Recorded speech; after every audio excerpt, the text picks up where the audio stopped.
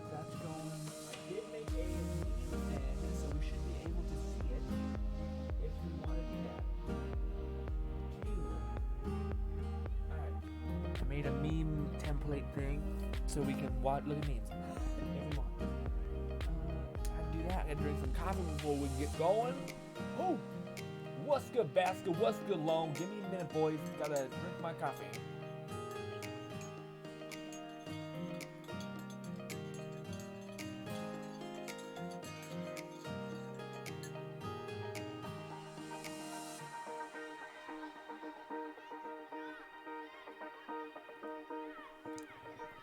Oh, that's disgusting coffee, as always. Stir ourselves in water.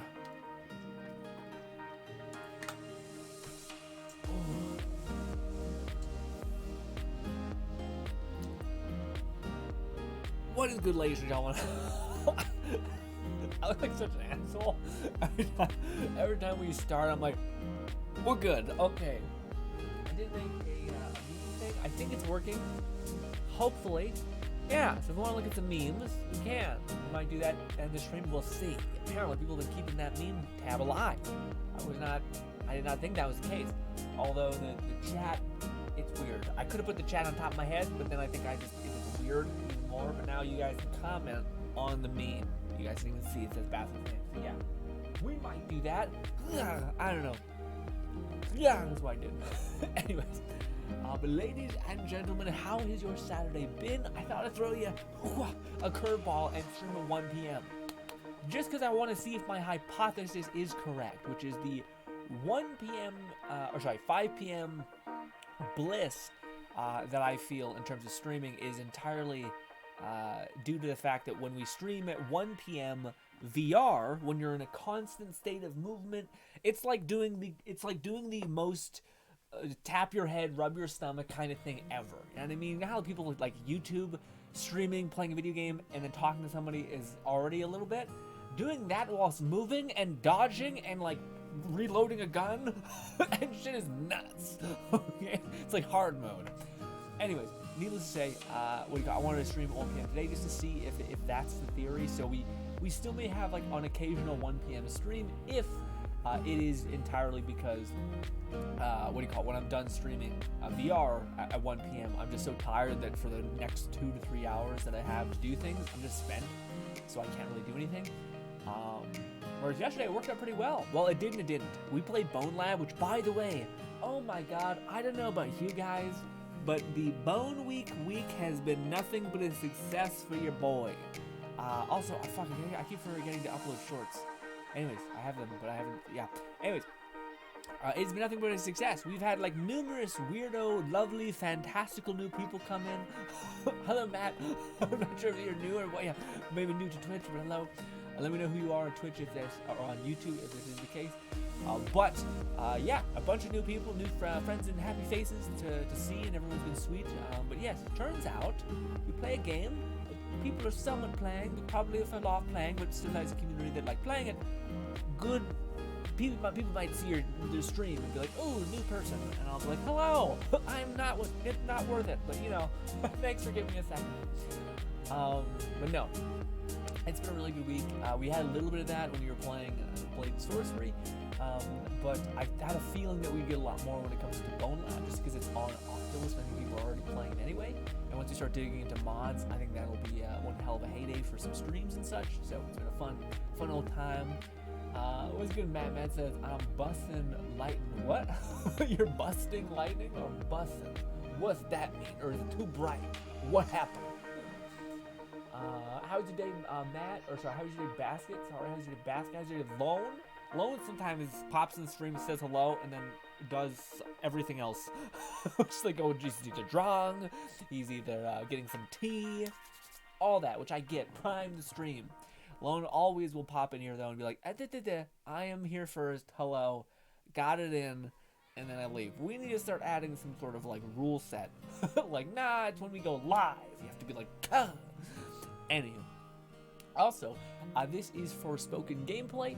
It is looking absolutely gorgeous on performance mode, and I can't wait to see what this looks like on PC, because this is on goddamn PS4 performance mode again, and that frame rate, oof. All the gameplay I've seen, it's in a game like this when it's already I kind of don't like that it's super realistic looking. Like the grass looks gray and like less lifeful, but still, it looks rainy basically this whole time. But yeah, what do you call it? On performance mode, I think you're able to actually see like that's what it should look like. Just fast frame rate, bop, bop, bop, bop, bop. Should be good. Basket says, right now I'm making some breakfast. How about you? I'm doing pretty good. What kind of breakfast? I realize I'm inhibiting you and your ability to do the thing, to make some breakfast. Matiz, or not Matiz, I keep saying a bunch of names because I'm on autopilot. Basket, are you a proactive person? And I'm basically trying to ask a question to see if I could ask something of you. And I'll ask anyway, and you just tell me no or yay or nay or this will not be good for me. In give or take like 30 minutes, can you tell me to breathe? Because I read something, watched a video recently, that talked about like the simple breathing thing that you can do that will drop your stress level. And I think subconsciously when I'm doing the streaming thing, when I'm trying to think of things to say and having fun with you guys and asking about things and trying to keep up like 5 conversations going at once, sometimes it's that deep, I don't realize that I'm operating on like such a high brain frequency that I need to come back down. So it'd be nice if someone could remind me, hey Gren, you said 30 minutes, do whatever you said. And then I'll do that and see if it'll help my pace. Because yeah, I've noticed that's a thing. Also, man, I really think Forspoken's gonna be a banger of a game. If not just like a really good game that I'm assuming is gonna get underlooked, just because I haven't heard anybody talk about it. Also, again, I weirdly find games that really have a good shelf life and like a good hype cycle is either paid as a service game or has like a ton of unique RPG elements like companions and like, you know, the best rogue thing. I was thinking about this the other day and I wanted to pick your guys' brain about it because maybe I'm on some bullshit, you know what I mean? I was thinking in my head, how hard would it be to create a good RPG game? First of all, very hard, 100% yes. But I always think in my head, things that I think people could do that would make such a massive splash in serotonin delivery into your brain. And one of those things is, so for instance, if you were to make an RPG game like Skyrim or anything like that, how cool would it be if you had like 1,000, or like not 1,000, but you looked at player behavior. So say if you're playing an RPG game, a lot of times what people will do when they're playing an RPG game is if it's very explicit that you're going to go on to the next area with the next bit of story quest, with the next bit of whatever, and you've like went to the tavern, you've heard this little child talk about some bullshit, you've aggregated a lot of checkpoint quests, aka side quests. Now, if you're like me, I hate progressing until those side quests are done. So I clean up the area and then move forward, clean up the area and move forward. Now, a lot of people would know this. Now, if you're a dev designer and you're watching people play your game, you would see that this is a pattern that a lot of people have, I think. Also, what's good? Matt says, Grin, do you play Su? Wasu? Matcha Champion? What's that? Matt? I'm not sure. I don't think so. Doesn't sound like something I know. Anyways, but yes, I don't know if you clarify what the name of it is, but if it's that, I've never heard of that. So yeah, if it's an abbreviation of the name, maybe. Anyways, KT Mott. Mecha game. Okay, it's a mecha game. No, is that the weird Gundam mecha game that I've seen? It's like Overwatch, because I haven't seen that one, or I haven't played that one, although I've heard lovely things. Back to the RPG point real quick before I lose my mind. So a lot of people have this proclivity to like finish all the side objectives in the area to move forward. And maybe it's just me like watching anime for such a long time and like I'm subscribed to this channel that covers like manhwas, but like it's really condensed. So like he just condenses a story to its highlights and to its cool ideas and then like that's it. Which is nice if you're like me who likes cool ideas and likes to play with those in your brain. Anyway, say if you were one of those people that wanted to complete the beginner area before you moved on, and you had all of these little side objectives, similar to Skyrim, the miscellaneous quests. Well, if you went down there and you looked at all your miscellaneous quests, and there was this one quest that you didn't pay any mind to, but it was some little girl was talking about that she heard some weird noises near like a bridge or something, or near a well or something like that. Now, if you were just like, oh, I'm just going to quickly clean up this area and then move on, and if you went and did that one quest, you were going through the checklist of all those quests to do, and then you went into some sort of like weird small dungeon type thing, and in that dungeon, branched off into a somewhat decently sized quest, like an actual engaging type thing. And then, and this is to me where I get, I think it'd be cool, and there's a thing I've seen recently that I thought would be such a cool thing in terms of an RPG, like something that is missable but is super exciting. I think that would forge like a lot of video content and make like a really good RPG game. Anyways, one of the things is if you went down to this dungeon and you seen like this decrepit old skeleton with like a gauntlet on his arm, and you interacted with the gauntlet and then it immediately subsumed your whole arm and now you're stuck with this cursed gauntlet the whole time. I just don't find like RPG games do things like that. I think that is something that's super awesome. Not only does it have defects, but also positives. And then maybe as you progress in level, the whatever called gauntlet you'll have an ability or you have a quest line that can take off said gauntlet, or you can subsume it into your entire character and just keep it. You'll always have this weird mechanical arm. Now, probably a pain in the ass to code to some extent. You could just take this as less of a thing, and if there was like a special ring in a faraway side quest that was really good for like pickpocketing, like really good, to the point where it's worth you going out of your way to go get it. I don't think any RPG game really does things like that. I think that's what makes things special, because unless you're like The Witcher, which is like really good at making stories and storytelling, that's a good way to get some dopamine, some quick fix, things like that. But it's probably also a lot harder than that. But I just feel like the RPGification things in games never reward you with gear that you actually want or is worth getting. And it's not exciting to get oftentimes. It's like you just grind XP and you get it. You do this quest chain, it's super linear, and then you get it, you know? I think it'd be so awesome if they put certain like really strong, unique gear behind like a side quest that was like some sort of easily missable thing. I think that's why Skyrim is also really popular in New Vegas as well. It's because there were unique weapons that could be hidden in some sort of faraway cave that made it so that people made videos about that, and that kind of amped up the community, if that makes any sense. Anyways, thank you for letting me ramble about that. Just got it on my mind until people came here. Hello. I got you. Thank you, Basket. Matt's oh right there, the thing, the mecha game.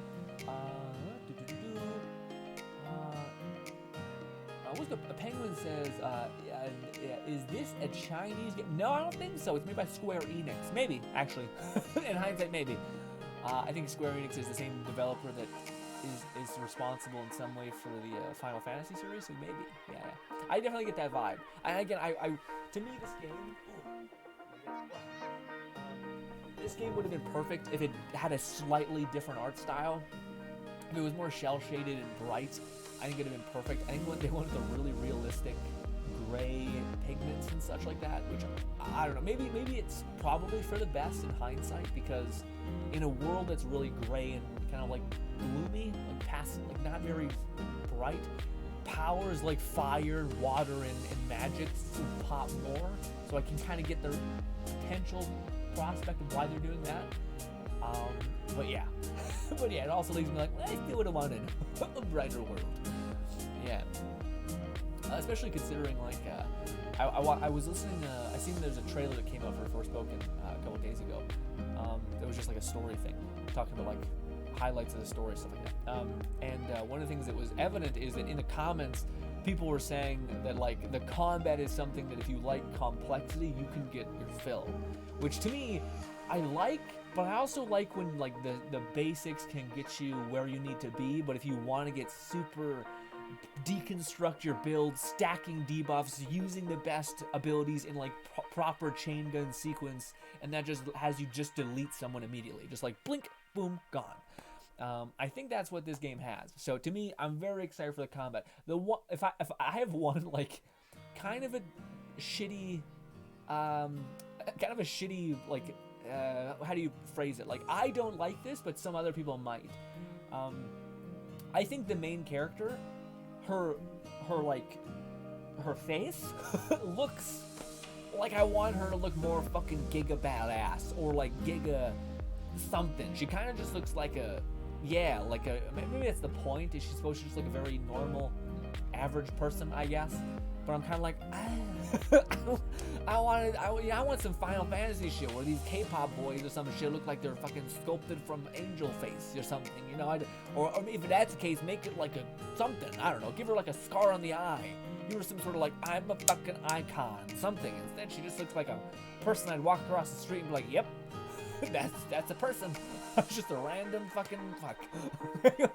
I don't know. I really hope there's like, I think there probably will be armor. I just don't know if it's ever gonna be.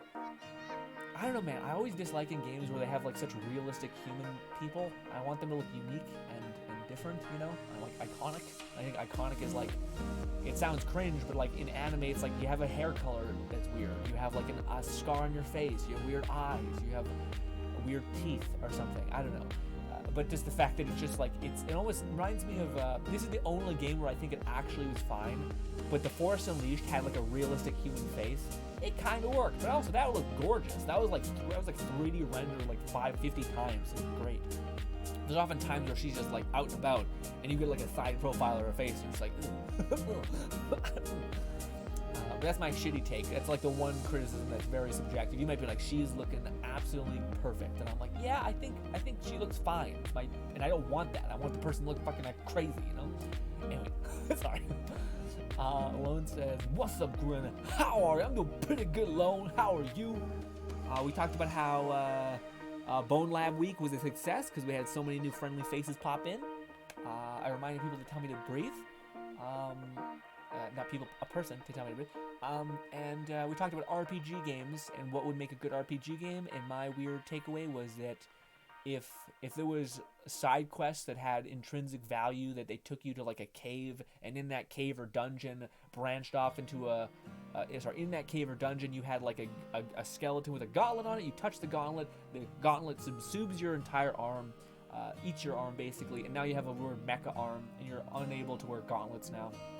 Maybe just takes that ability away from you.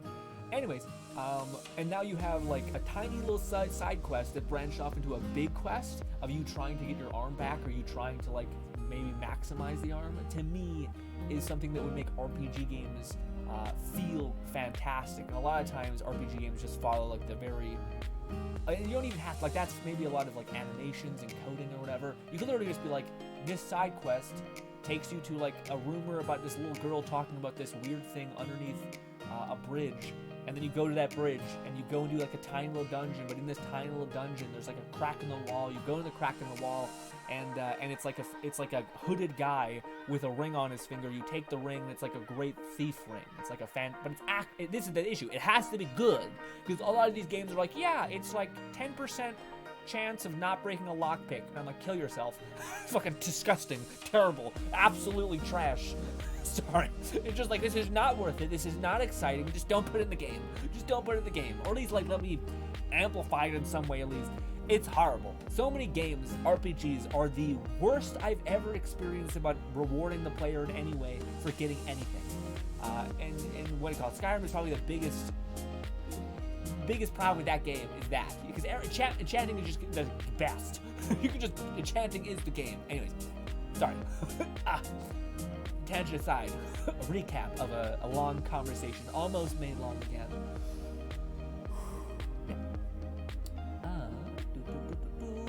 Matt says it's Japanese, I believe. Yeah, this game probably a little bit. Square Enix, I imagine somewhat Japanese, but yeah. How about you, Lone? How was your day? What did you achieve today? What did you accomplish? What did you enjoy? They're not connected, by the way. Those can be different things.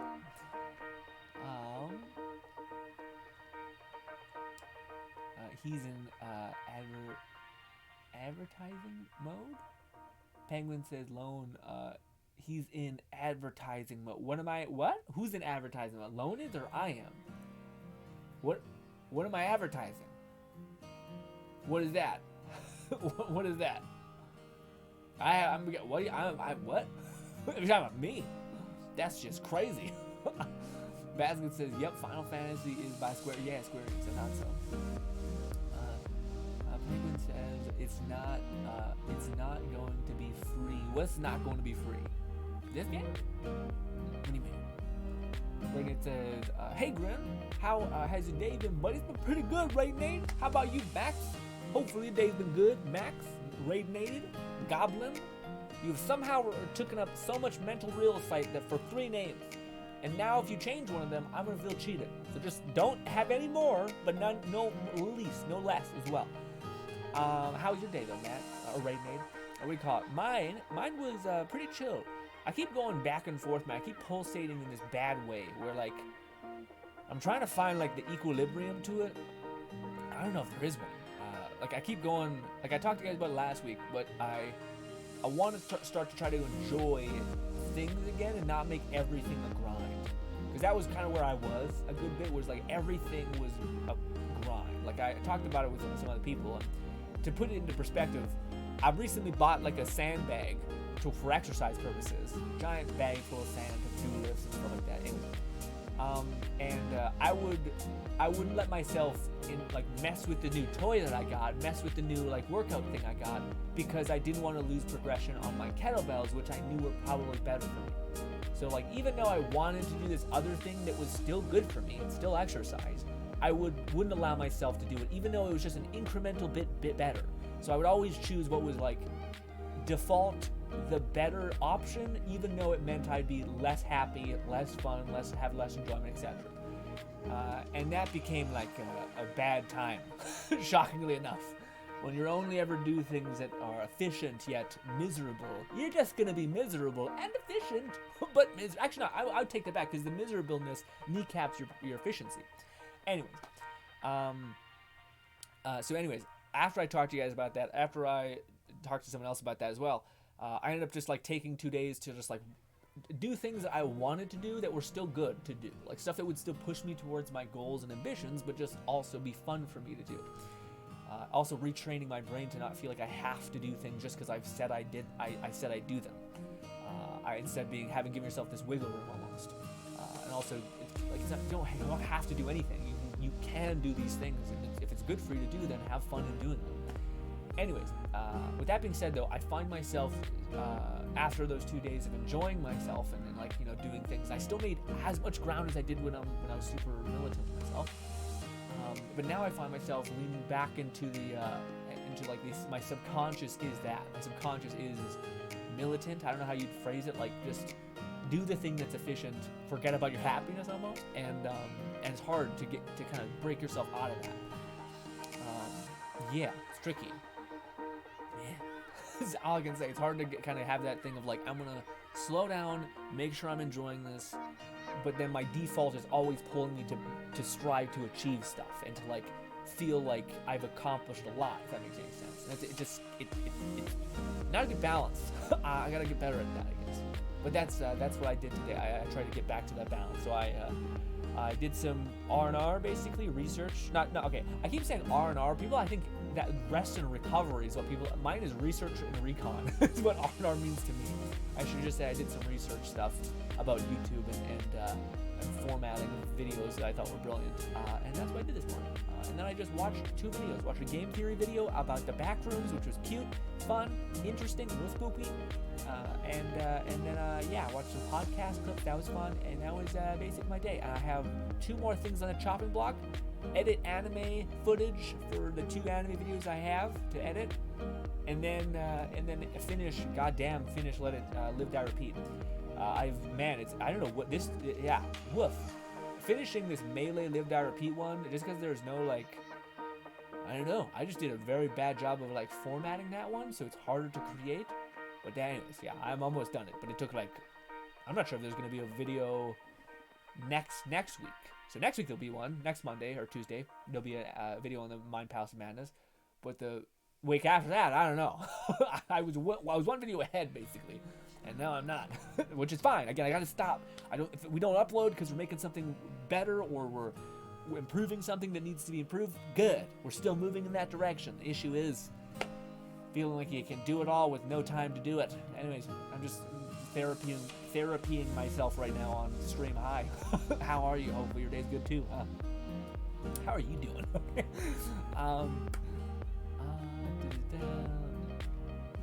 Lone says, I'm doing good. Been playing Anaki and Death for. Ooh, that's actually, that's funny though, because I do think finiteness, like that's something that used to be a big thing within the sales community of like going out of business, or like the last time you're gonna be able to get this thing. Like the urgency sells essentially gets people to act. Saying that's why sales are so tempting. It's not because you need what they're selling, it's because there's an opportunity in which you could basically take an advantage or get an advantage that's going to go away within a time period. So you're like, I guess I should get the thing that I wasn't actually going to need anyway. Anywho, point being, Deathverse is shutting down. People are starting to play it again, which is awesome. Also, it's a new season, so that's not actually a fair argument. Yeah, Deathverse has a new spear, and Lone Syndicate's also giving me some gameplay of that, so I appreciate that as well. Yes. There's no new map loan. Also, did any new information come out, by the way, of Deathverse? About people being like, well, Grin, they specified XYZ. You know, with the thought of like, well, when they turn off the servers and they turn back on the servers, is Deathverse, you're gonna keep all your purchase, right? So if you bought armor, you're gonna keep all your armor that you got for cosmetics, right? If you got like a special waiting room, they're gonna keep the waiting room, right? Yeah, I hope so. And also, what's going to happen with all your other progress? I imagine it's all fine. I don't know how. I don't think turning off a server would do that.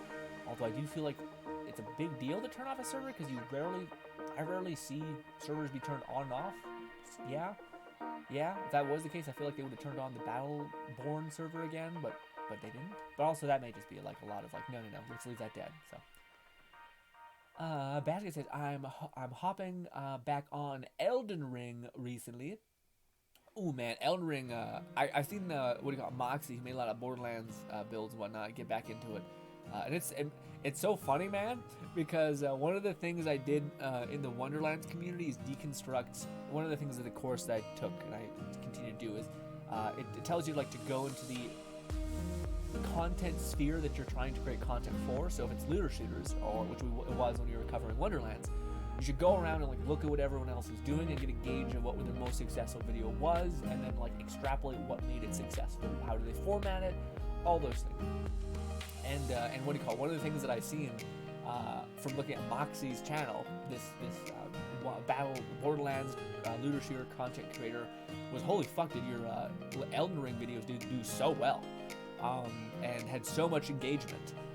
And one of the reasons why it got so good is because in the guide itself, he was one of the only build makers who would tell you where to go to get the thing in the video.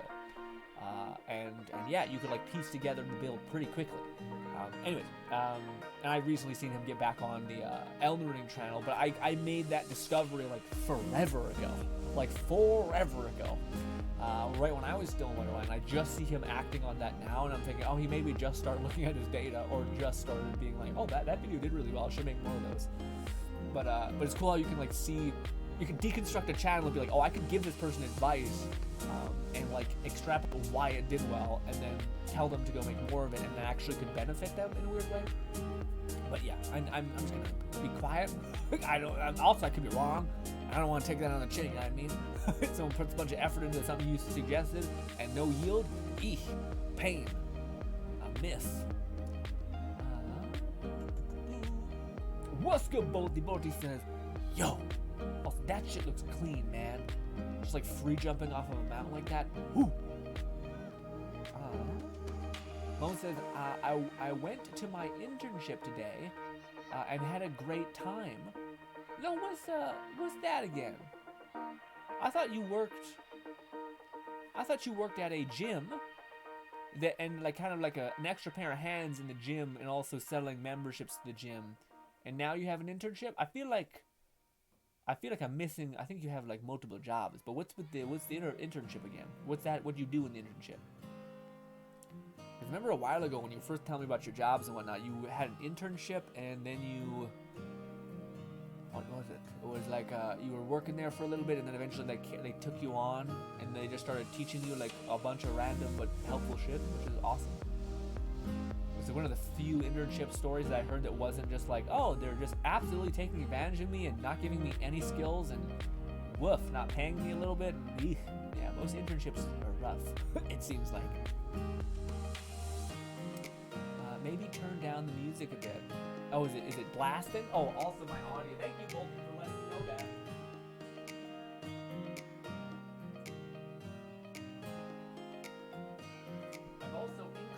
my audio a little bit. Hopefully I'm not, well, no, now it still sounds quiet. I'm quiet. That's the issue. It's not the music. It's the me.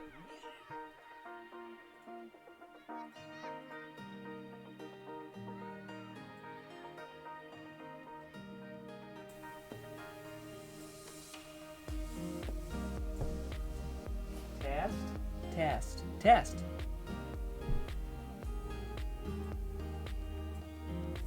Okay. Hopefully that's acceptable. Test. It's a little bit loud, but hopefully it's good. Let me know. It's rough.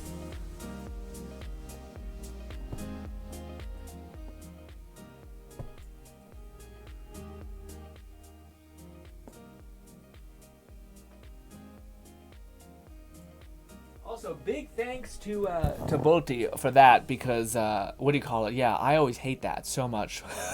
Like, you guys have no idea there was one time where I wanted to edit one of my videos for like content for like a stream, and then like halfway through the stream, I'm like, you guys are putting up with like the worst audio mixing ever, and I'm like, guys, please yell at me when that happens, because otherwise it's just the worst. Also, the music may now be a little bit too quiet. God damn it.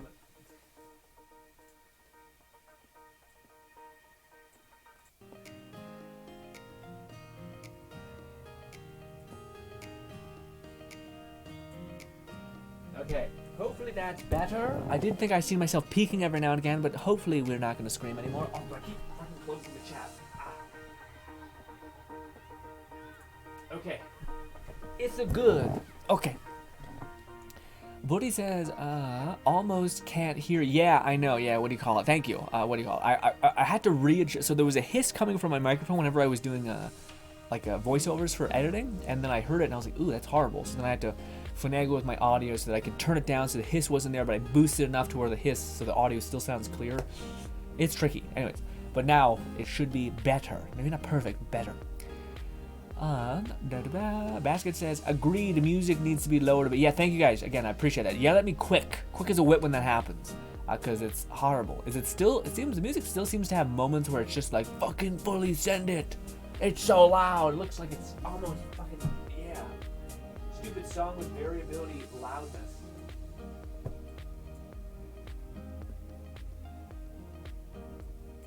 There.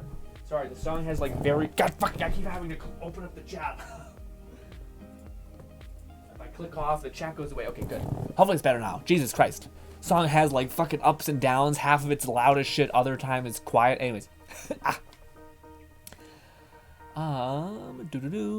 Raynate says, had an eye appointment today. It went well. Not much has really happened today otherwise. Okay, it's a pretty chill day. That's good though. At least something happened though. Eye appointment means you got a little bit something done, especially if you have issues with your eyes. Man, I worry about that a little bit. I got like weird eye floaters. I'm not sure if you guys know what that is. It's like these little tiny little dots in my peripheral vision. I'm like, what's happening to me? Is it like an age thing? Is it like I look at screens too much? Is it like the light? Do I need to wear those weird blue glasses or some shit? I don't know. I'm a little worried because I don't want more floating shit in my peripheral view. You know. I also, one of the things, if I could avoid a version of aging that I don't enjoy the look of a lot, it's when people have like brown dots in their eyes. I'm like, how did that happen?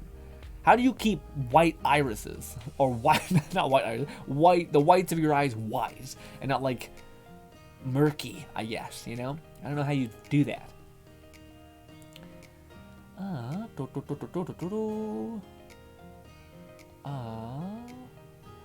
Alone It says there isn't a new map for Deathverse per se, but they added different areas of the map. Oh, that's cool. Okay, that makes sense. So there's like various places that get shut down as the match goes on, so they just added more little modular places to be connected. That makes sense. Basically, the volume is good now. Yeah, but that was before after I started fucking with it more. So yeah, I see my voice somewhat peek into the audio. Yeah. Hopefully we're okay. Again, it's funny because I remember I heard this once and it never really made sense to me when people were saying that like the visuals of a video really matter, and it's true, but not as much as audio. Yeah, and it's the best way to describe it is if enter into a video and you hear like an Xbox garbled mic, just super crispy, and it's like hurting your ears, you'll clock off instantly just to get it to stop. Whereas if something is like 2 FPS or not 2 FPS, but if very low FPS, maybe like 24 movie cinema stuff, and is like 720p, you'll still watch if you need the information enough. You know what I mean? So yeah. Oh, also, where's my thing? Ooh, where's my thing? Oh. Grin, you didn't remember that my internship? I knew about that. I just didn't. To me, Lona, it's kind of I don't think there's been a conversation that we've had that you have told me that there's. Is there 2 internships, Lone, or am I like, this is the thing? I think I have all the information. I just don't know how it fits together because I don't. You just tell me things, and I think it's a cadence within people, and I'm very guilty of this. But I'll tell people something that in my head I know all the pieces and how they're connected.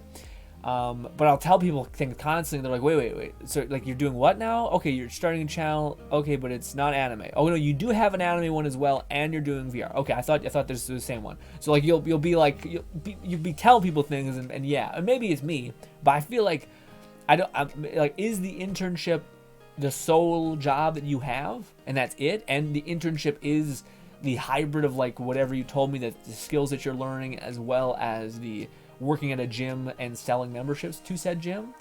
Or is the internship itself a thing, and you also are doing the like selling memberships for a gym, and also just being an extra pair of hands? Because I can see how they could be one of the same, but yeah, I don't think you've ever explicitly tell me if they're separated or if they're one of the same. And if they are, it's been eaten up by the thing. I was looking at one of our I wanted to see how the gameplay looked for Bone Lab, sorry. So I went back and checked out some of the gameplay. And by the way, it is very unfortunate that Boneworks, in my opinion, Bone Lab, sorry, a VR at a whole, looks pretty good almost all the time in terms of like how you're filming it. But visually, how I'm experiencing it is horrible sometimes. So like, I'm just like, oh my god, I'm gonna throw up. It's so bad. And then for you guys, it's like, what are you talking about? It doesn't look what? But like, it's hard to describe because the way how VR feels bad is when there's a disconnection between what you're experiencing and what your body's able to do. That's one of the reasons why like Boneworks, when it first came out, had a lot of good reviews, but a lot of mixed reviews as well. And it's because one of the things that people, and this is one of my favorite things that happens within people, which is you blame the product and not your use of the product, basically. But anyways, a lot of people were frustrated by the fact that they felt super sick after playing Boneworks. Explicitly in the intro tutorial level, they say this is meant for like people who have played a lot of VR games. You're not in a bad way of it, and etc. Thank you, Basket, ladies and gentlemen. Actually, I don't feel too tense, but maybe we're still gonna do this anyway. We're gonna do breathing, okay? Decelerate our stress, reset our stress hormone, whatever it be, all that, okay? Apparently we do max out your lungs and then do a second inhale, okay? We're gonna do that, and then we're gonna exhale very slow. We're gonna do that 2 or 3 times, okay? You're gonna feel probably a little bit lightheaded. Let's rock.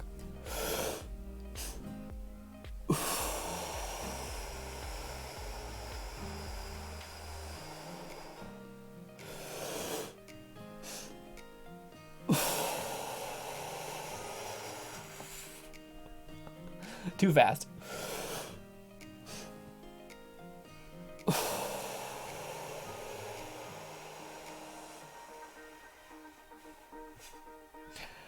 Okay.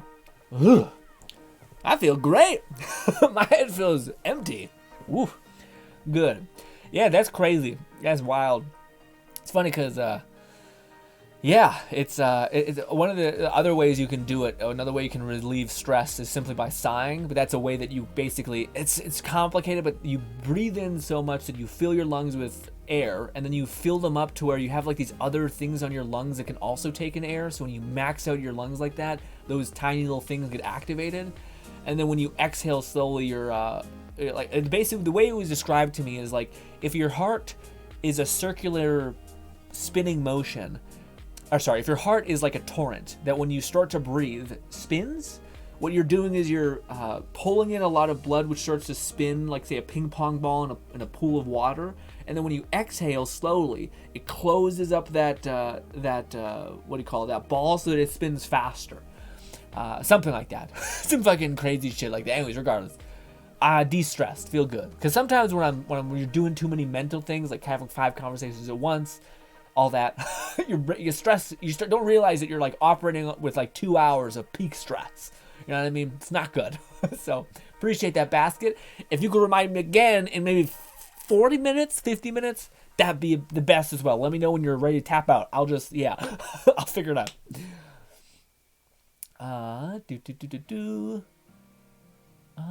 Had my eye appointment today.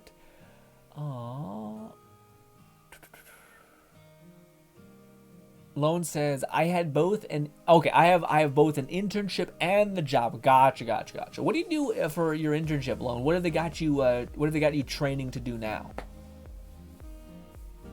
So like in your I remember last time you told me about it, you were telling me that they were giving you to do various things. You're kind of like branching out your skill set, which is nice. A hydrate will do. Oh. In fact, I may need to use the washroom. I drank a lot of water before this. I got air bubbles in my mouth now, or my chest, because I'm exhaling and shit.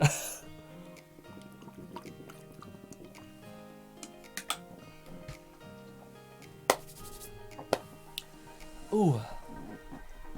Oh, what do you call it though, man?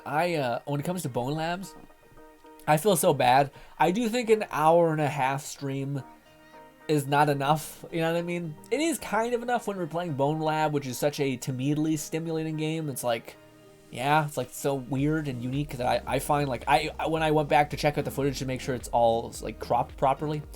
Which, by the way, you guys were not telling me that there was like a fucking gross line on the side of the screen that was horrible. I had to fix it myself. I was like, why you guys are too sweet and not telling me that, like, hey, Grin, this is kind of gross. Fix it. And I'm like, got it. Anyways, what do you call it? When I left I don't like the fact that we had an hour, like 20-minute stream yesterday, but I was thoroughly thrashed. After that, I haven't got that VR sick in a while. But that driving, man, and again, it sucks because it doesn't make sense. Like, I'm saying it's so bad, and your people, it probably is like, it's not that bad. It was bad. Because when you're driving, let me explain the brilliancy of the controls of Bone Lab's driving mechanics. You have to use the joystick. First off, you have to navigate yourself on top of the whatever vehicle you have. You hold down to crouch. That locks you into a flat ass position where you're sitting. Okay, a little weird. Quick change. You didn't crouch down. A little odd. The next thing they get you to do is to grab the steering wheel and move it around. Right? It's not that bad either. It is, because when you move the steering wheel, it doesn't move properly. It's like it has friction. So like you can't hold the steering wheel this way and go left to right. Or maybe you could if you're like a big, strong boy who could like just crank the thing even though there's friction happening on the wheels. Anyways, but the thing that's the icing on the cake that makes it so much more jarring is whilst you are grabbing this, holding 2 triggers like this, your right thumbstick, the thing that got you to crouch in the seat anyway, you have to hold forward and backward to accelerate and to not accelerate. So you're grabbing this, holding forward, and then adjusting, and they expect you to like slow down like by pulling off the joystick whilst doing like turns like this, and your thumb's not gonna move when you're doing. It's just like, fuck off. It's just the worst shit ever. So there's so much like, why am I moving? Why am I sitting down? And your brain's just like stroking out like crazy. It's not good. It's not good. Not a lot of driving will be in our future in Bone Lab, alright? Unfortunately. Lone says, today we didn't do much. We just talked. You took a personality test, and we just talked about what is going on in our life. Okay.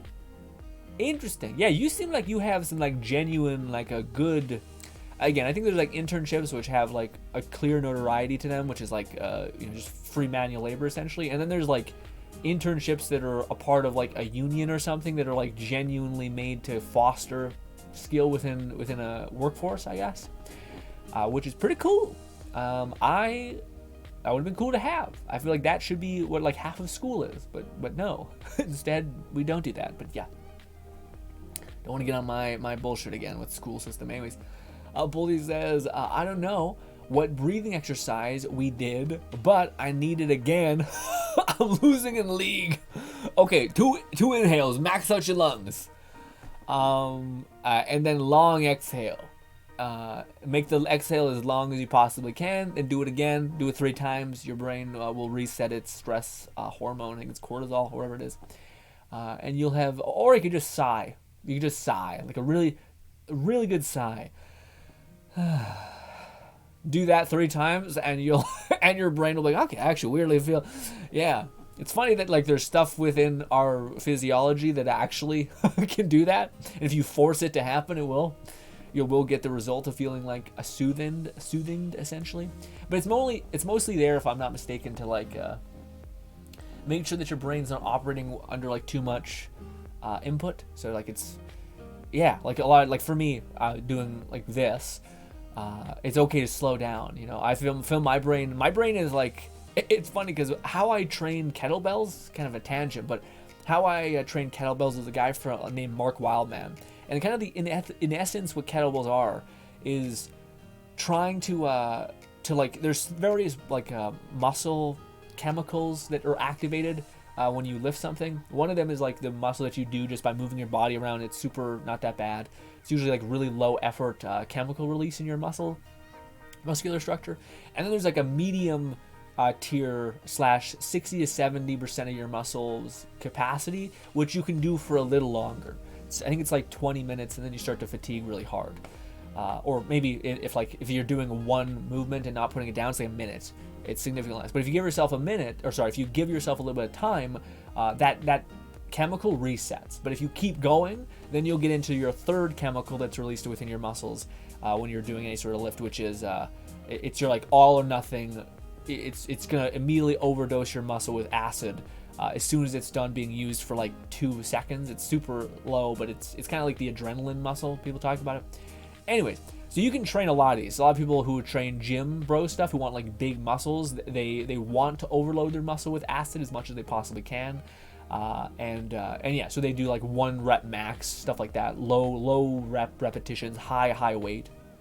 But kettlebells is all about that second tier and elongating the amount of time you can operate under 80% of your threshold. So like whatever like 80% of your capacity is, as soon as you start going above 80, you stop. And you give yourself a couple minutes, you bring yourself back down, and then you keep going. And then your body gets hyper efficient, operating under like 80% of what it can do. If you go to 90, you start to overload your muscle with acid, and then it's just done after that set, right? But that's kind of the way I look at how my body also recognizes stress, which is it's like a good thing. It's like my normal, like it's anyone who's anxious or has anxiety knows what I mean, where eventually your state of being is just stressed and anxious a little bit. And you're just able to be calm whilst also being slightly anxious, and yeah, it's weird. But that's the same kind of thing that's happened to me, is like my stress level is normal to that. But also I think it's not healthy to always be that mentally on all the time. Like, I'm ready for anything, come at me. You know, it's not normal. It's probably best to have a balance, to chill out. Also, how do they handle interiors with this game? Okay, they punch in a little bit. That's crazy, because you look like a little person on the screen, and then they do the God of War thing. That's kind of cool. That's kind of neat. You got like little tiny giblets, little tiny nodes to pick up stuff from. Neat. Lore. I really hope there's a channel that covers the lore in this game, because woof, I am not gonna take part.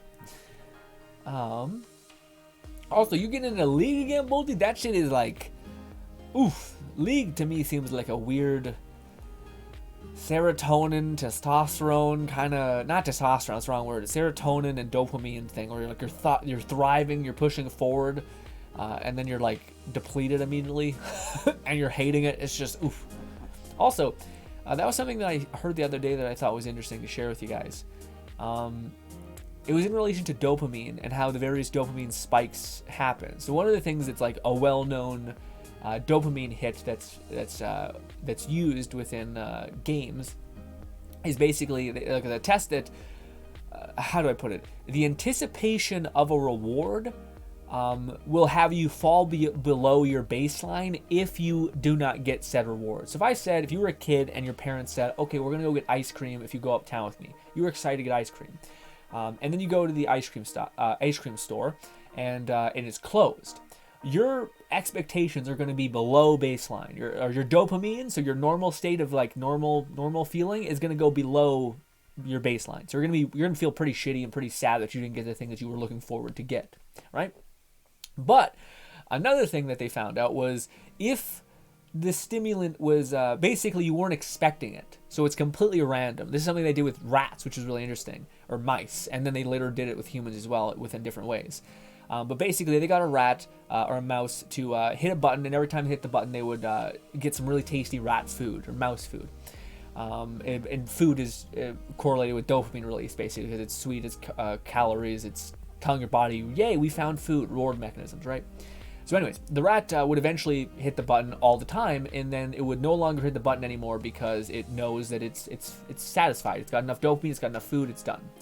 Now, if they gave it a special increment of time on the pellet that it dropped, which was like on the second hit, you will get a pellet. The mice would just hit it twice, right?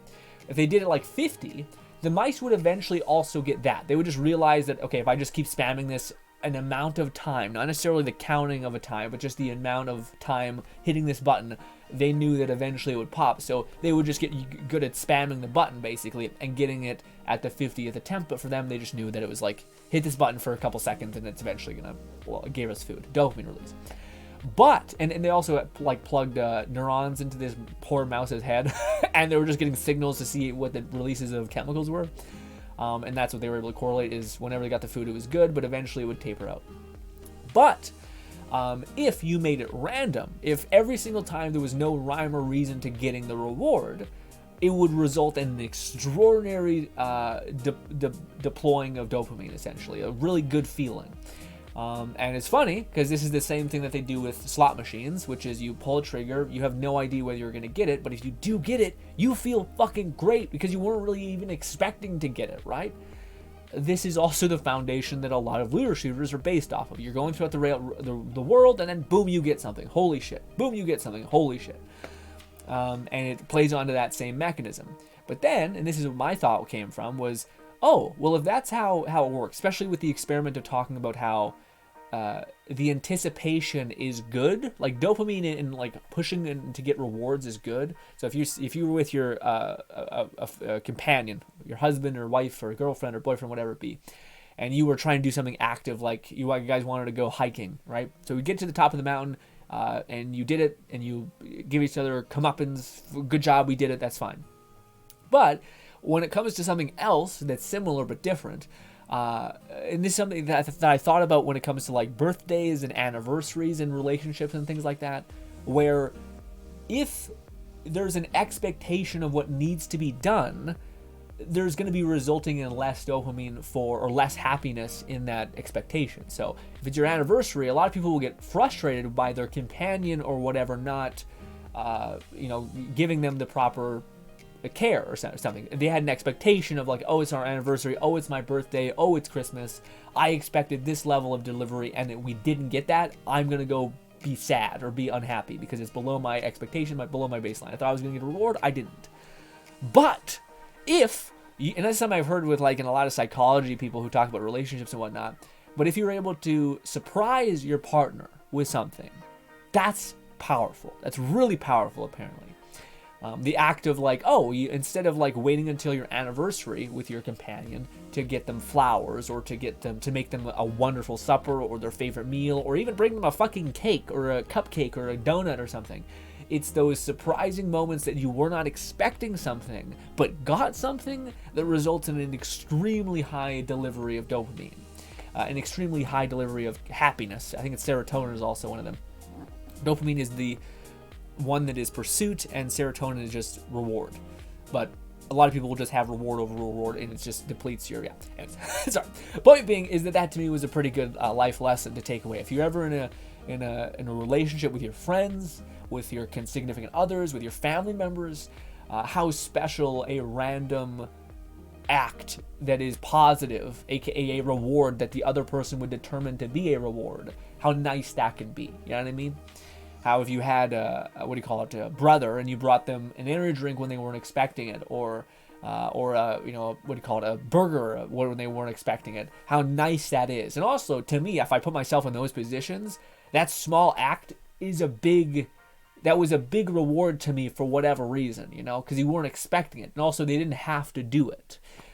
Because you never told them to do it, you never told them you wanted that. So yeah, to me it was one of those things where, I don't know, try that with your significant others in any way, shape, or form. I think that'd be a fun experiment, just to be like, well, what happens if I brought my girlfriend chocolates and flowers, or if I, maybe she's not into that, maybe I went to like, some sort of a donut shop and gave her some yummy food or something like that. If you're on the other side of the coin, what happens if I made my partner a meal or whatever, just this random, but they weren't expecting it. That's the thing. They can't be expecting it, and it has to be something that they would determine to be a reward, or like a serotonin happy thing that they normally like. Anyways, so I watched like a podcast that was like 5 hours long with Andrew Huberman and Jocko, and it talked a lot about that, and I thought it's awesome. It's also awesome it feels reassuring to sorry about the dogs. It feels reassuring to hear about how things like dopamine can be depleted, and when you feel like a little empty and hollow, that's normal, and it's not even just normal. Like a lot of people say that it's okay to feel sad. No, if you feel sad, that means you depleted your dopamine. That means you felt happy, and now you need to recover your dopamine, and the only way to do that is by rest or there's another like meditation thing that's like simulates rest. But anyways, it's time. You have to take time. So another indicator that you spent all your dopamine, which is the chemical that is involved with you not necessarily being happy, but with you being driven to something that will make you happy. It's the chemical for drive, apparently. Anyways, serotonin, I believe, is the reward mechanism. That's what you get when you like eat something sweet, I guess. Anyways, but if you like, I talked to Bolte, I think, about this yesterday. I didn't get to really elaborate because you're doing too many things in VR. But if you've ever been like scrolling through YouTube and you're watching stuff without even enjoying you're watching it, but you can rationalize like, I normally like this stuff. Why do I feel like I'm doing something for the sake of doing it and not actually even enjoying the time that I'm supposed to be enjoying stuff? And it's probably because you spent all your dopamine. You probably ate some yummy food that day. You probably watched a lot of funny videos, and your brain just kept giving you those deliveries. You also maybe just didn't get a lot of good sleep, and your dopamine didn't have a chance to recover. So there's all those things. But it's also nice that there's a chemical component to like, yeah, you might have spent all your dopamine. It's okay to feel sad because eventually the dopamine will replenish itself, and you'll be good. You know what I mean? There was another part in the thing which I thought, man, that's tricky. But there was a part in the podcast where they talked about how there's stimulus all around us constantly, and all of these things will trigger release of serotonin, I think, or it was dopamine. It was one of those things where basically beforehand you would have to like do a sufficient, like the reason why when we eat calories or we eat food and we feel like joy after eating usually, or we get joy from eating, is because it used to be very hard for us to get food. So if you spent all day foraging or all day hunting and then you ate something, that was a biological reward mechanism to your brain that said, good, do more of that because we need that to survive. So whatever you did that staying focused for that long and be in pursuit that long, do more of that because that resulted in us surviving a little bit longer. But now you can go across to the shop and get a donut easily. You can buy a fucking bunch of fast food chips and shit, leave it in your cupboard and then eat it whenever you want. You can get that dopamine hit just by doing that. You can go on social media and also just flip through shit until you find one thing that makes you happy, that gives you that satisfaction, that makes you laugh, etc. So we have at our fingertips constant releases of serotonin and dopamine without needing effort to be spent, really. And how there's such an intrinsic part of like being a person that wants to achieve something, or feeling satisfaction with yourself, or not just feeling like you're aimless within your, you've a week's gone by and you've done nothing, you know what I mean, or a day's gone by and you've done the bare minimum, that kind of thing, where it's like, well, yeah, you're training your mental reward system is to basically not need to pursue anything to gain a sufficient reward to be happy. You know, you can just get happiness on your fingertips. You're just keeping hitting that button. And the challenge is apparently is to almost self-induce yourself to correlate effort with a reward. So like if I bust my ass and I do this, I'm going to get the reward of this. And that will train your body to like on when times get tough, when times get hard, when you're studying and you're getting tired, for you to focus, for you to say that's worth doing this because there's going to be a reward at the end of this. This is going to be worth something. But if you're constantly hitting that dopamine switch, then you're constantly disconnecting yourself from that. And I see that as someone who I think probably is in that boat. Another thing that I heard recently, which was interesting, was a person who talked about a person who failed to launch, basically failed to move out of their house, failed to get ambition, failed to do all these other things. And one of the ways he fixed himself, or his father helped him fix himself essentially, was it went on a dopamine cleanse. So basically he stayed, because he found a pattern when he heard about all this dopamine stuff and how you want to pursue things. And he found out that a lot of it was, what was it called? I can't really describe it properly, but basically he would go on YouTube all day. He would play video games all day. He didn't have a job. He used to be a really good student. He used to be a really good athlete, and all that stuff started falling away as soon as he left high school. And it's funny because like in high school, you're given metrics for you to have to do in order to feel like you are achieving things. And you also have judgment of others, which helps you get pushed away from the like easy serotonin giving, you know, because the tribe would get mad at you essentially if you're not doing enough. But when you don't have that obligation anymore, then you're basically just like sitting there spinning your wheels, right? You're constantly going to be hitting the dopamine regardless. So anyways, his dad helped him disconnect for a long time, basically. Just start cutting off stuff. Stopped no more YouTube, no more video games, no more nothing. And then eventually, I think a month went by of him like trying to abstain from almost all this. And of course, I think he tapered himself off. And then eventually he started realizing that, oh, I kind of want to do these other things. Or I think his dad also helped him like put like exercise and then go watch YouTube or something. Like they started doing the thing where like effort would mean reward, effort would mean doing this, because if your brain will just fear like, oh, it just hit serotonin, it feels good. So if you make it discipline yourself enough to say effort then reward, or effort is the reward itself, then that can be helpful, I think. Anyways, regardless, that was something that I thought, oh, that applies to me. But I was trying to think about myself in that way, which is, it applies to me, but I also, and could absolutely be myself trying to save me from this perspective of like, oh, well, maybe you should start cutting out all this the stuff that brings you happiness. And I don't think that's the goal. The goal is not to cut out stuff that brings you happiness. The goal is to train your brain to want to strive towards effort, exerting high degrees of effort. You know, when you're studying in high school and you basically wanted to stop because you just wasn't any more fun, to realize that itself is the point, is like to push through that barrier and to see it through, and then to reward yourself is the mechanisms of human survival. So if you can kind of train the shit out of that, that'd be pretty good. Anyways, thank you for letting me ramble about that. I learned that, and that whenever you explain something, it helps you calcify it. So thank you. Bro, the place I ordered my fast food from has gotten too expensive. Yeah, man, that's the one thing which everyone is talking about, which is inflation shit, but like, everything is getting more and more expensive, man. It's a little scary.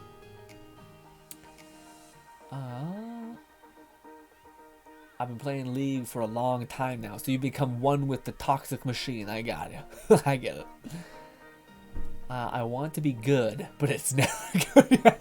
That's addiction. I want it to get better, and I want to keep that high, but it never pans out. I want to go and never get it. Bro, the place I ordered, so I am not quite sure if it still gets me the dopamine rush I strive for. Yeah, I don't think it, and they talk about that as well. Like, it's, again, even if it did give you the dopamine rush, it's depleting your dopamine, which is fine. But this is the other thing, if you ever find yourself miserable, it's like, oh, maybe I'm hitting the button of easy serotonin too much to where I'm just depleting myself and then I'm feeling pretty shitty afterwards, you know? And it's not to say don't reward yourself. It's just to say that if you reward yourself too much, if you just constantly keep hitting that thing, dopamine is you can deplete it, basically. You can, but it does recover, but you can't just keep not giving it the opportunity to recover and to keep depleting it, you know what I mean? something that has been like €4 is now yeah, man, yeah, same thing in Canada, if not a little bit more dicey. I was watching it was actually a very a sketchy clip, but it was a guy who was like an economist or something like that on Joe Rogan, and it was like just a quick clip of him talking about like China, all these things, and how like, ooh, it's rough. It's gonna be a rough couple years probably. And how like one of the things that was nice in that whole podcast length that I watched, because I watched the clip and I thought, this is interesting. I'll watch the whole thing. Could be bullshit. I don't know. I'm just listening. But they talked about how there was what was it? Oh, what do I call it? No, that didn't help. How do I describe it? Canada. So like, apparently with the whole situation going on with Russia, Ukraine, etc., there's Russia's one of like the leading providers of fertilizer, and one of the most important components to fertilizer is like a pellet of something. I forget what it's called, ash or something like that. And Canada, because in a reaction to that, has started investing in that. And I thought, what a good idea! What a good idea to invest infrastructure into fertilizer. Like, it seems like something that we will always relatively need. And yeah, yeah. Anyway, sorry. Boldy says, I'm crying every time I see the price. Yeah, man, it's not good. It's rough. Not even rough. I just like, to me, it's, I don't know, man. I feel like this way for the longest time, but like, it's just, especially like COVID and all these things, it just feels like, I don't know. It doesn't really feel like, like beforehand, I think with our parents and their parents, there felt like there was a future that we were moving towards that felt interesting and happy and hopeful. You know what I mean?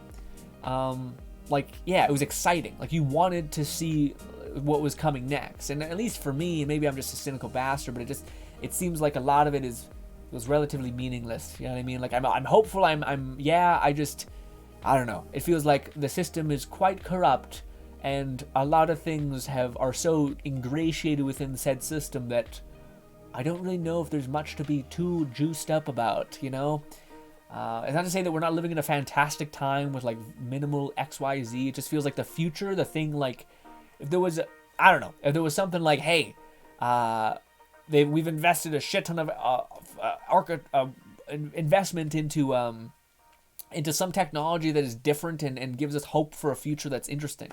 Instead it's like, like, if we do create some sort of thing, who's to say it's not going to be monopolized like a motherfucker, and it's going to be shelved, and it's going to be maximized for its maximum value that it can be given, like a siphon from, etc. I don't mean to get all doom and gloom in that, but that's my sense, is that there's no excitement for the future anymore. And I think that's a big reason why so many people are in such a bad way. Also, just, yeah, bad string of years. But that's the one component that I think is pretty prevalent. Is that, yeah, there's not a lot of hope for a future, you know what I mean? Or it's like, it's the future that will be the same for like 50 years forward, you know what I mean? Basket says, prices are going crazy right now. Yeah, absolutely. Oh my god, my chest.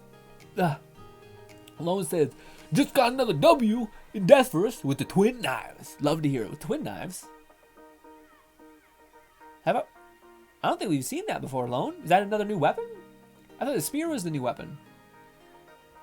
Maybe it was the twin knives. I thought it was a spear, but okay. Or is there a spear and the twin knives? Maybe it's always been twin knives. I don't think I've seen that in the gameplay that you've shown yet. Maybe that's why. Let's go, Lone, says both the ever-present hype man. Also, Lone says, also last night I got a 10-kill game with the spear, and I was so mad because the last one was like my 4th or 5th time coming so close to a new kill record. Did you finally get it? Did you surpass your kill record of 11 kills per game? That's saying something too, though, because Lone has some games where, like, golly, people would just be hella aggressive, and like aggressive against a person who has like gold damage, because Lone just knows where to, like, how to scan people and just knock them dead. And he always, like, within the first 30 seconds has gold basically, and then every like idiot. And I don't know, maybe it's not fair to say that. Maybe it's just the nature of the beast. Is like, you might as well fight the gold guy, because otherwise you're just going to die to him later. Best case scenario, you can like donkey punch him in the back of the head and get some damage and then run away, maybe. I don't know the strats for Death Burst, but yeah. Twin Knives were in the first one. Two came out. Oh, I see. You see my journey with Twin Blades. Later game. Got it. I haven't seen that yet. I'm excited. Can't wait. Ooh, ladies and gentlemen, I gotta use the washroom. My tiny bladder. Give me a sec. Ooh.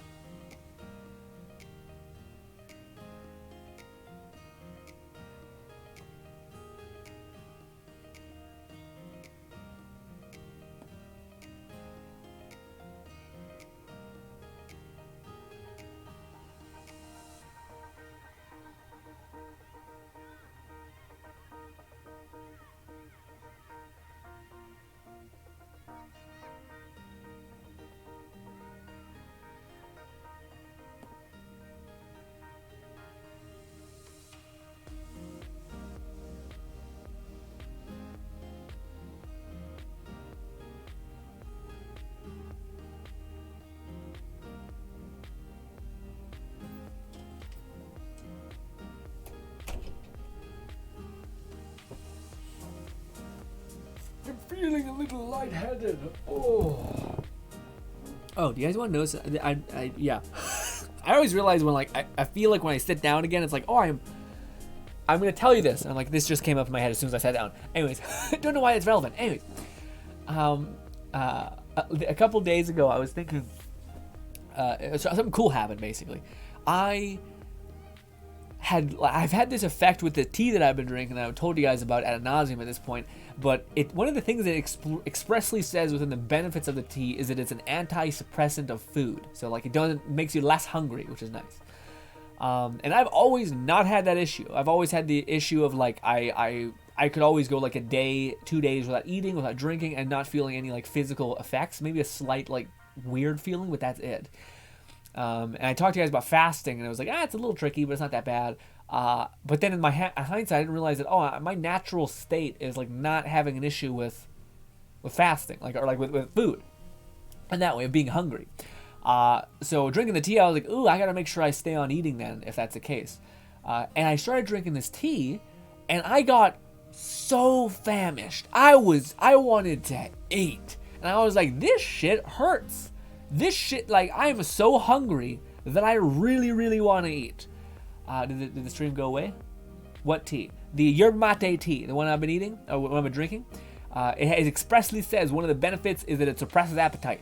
And then I looked into it, and everybody is like, hey, it does that. But then I Googled it, and it feels so good. It feels so fucking awesome when you find like a weird Reddit article that expressly describes your experience and your issue. Which is like a person who is basically like, I've never been a person that's overly hungry. I heard that it was an appetite suppressant. I started drinking it, and holy shit, I started like devouring my entire cupboard. It was like insane. I was literally gnawing on plain bread just to get some food in me. And they were like, I love the tea, but I'm like, it makes me super hungry, like ravenous. And I was like, that's the same exact thing, me. And it felt good. But I later found out that it might be something due to the fact that it increases your metabolism. Therefore, it might also suppress food. But if you've had a metabolism that may not be operating under whatever means, everyone reacts to things differently. So maybe for whatever reason, this has my hyper reacting to my metabolism, which I've dropped like 15 pounds recently, which I don't think is normal. And not good, by the way. I need to stay around 190 or 188 pounds, or else not good. Not good for weightlifting what I lift. And yes, Lone says you'll oversee the journey eventually. Bulty says, oh, okay, yeah, Yerba Mate tea. I'm about to say, Bulty, I've ordered 3 new versions of Yerba Mate tea. One's called Salve, which apparently is stronger. One is called some other bullshit that I can't read because it's in like some Puerto Rican language. I don't know. And the other one I got was one I had beforehand. What do you call it?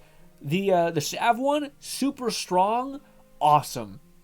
The one I'm drinking right now that I kind of just want to start chipping away of because it's not that great. It's real strong and not a lot of kick. Unlucky. Shitty a little bit.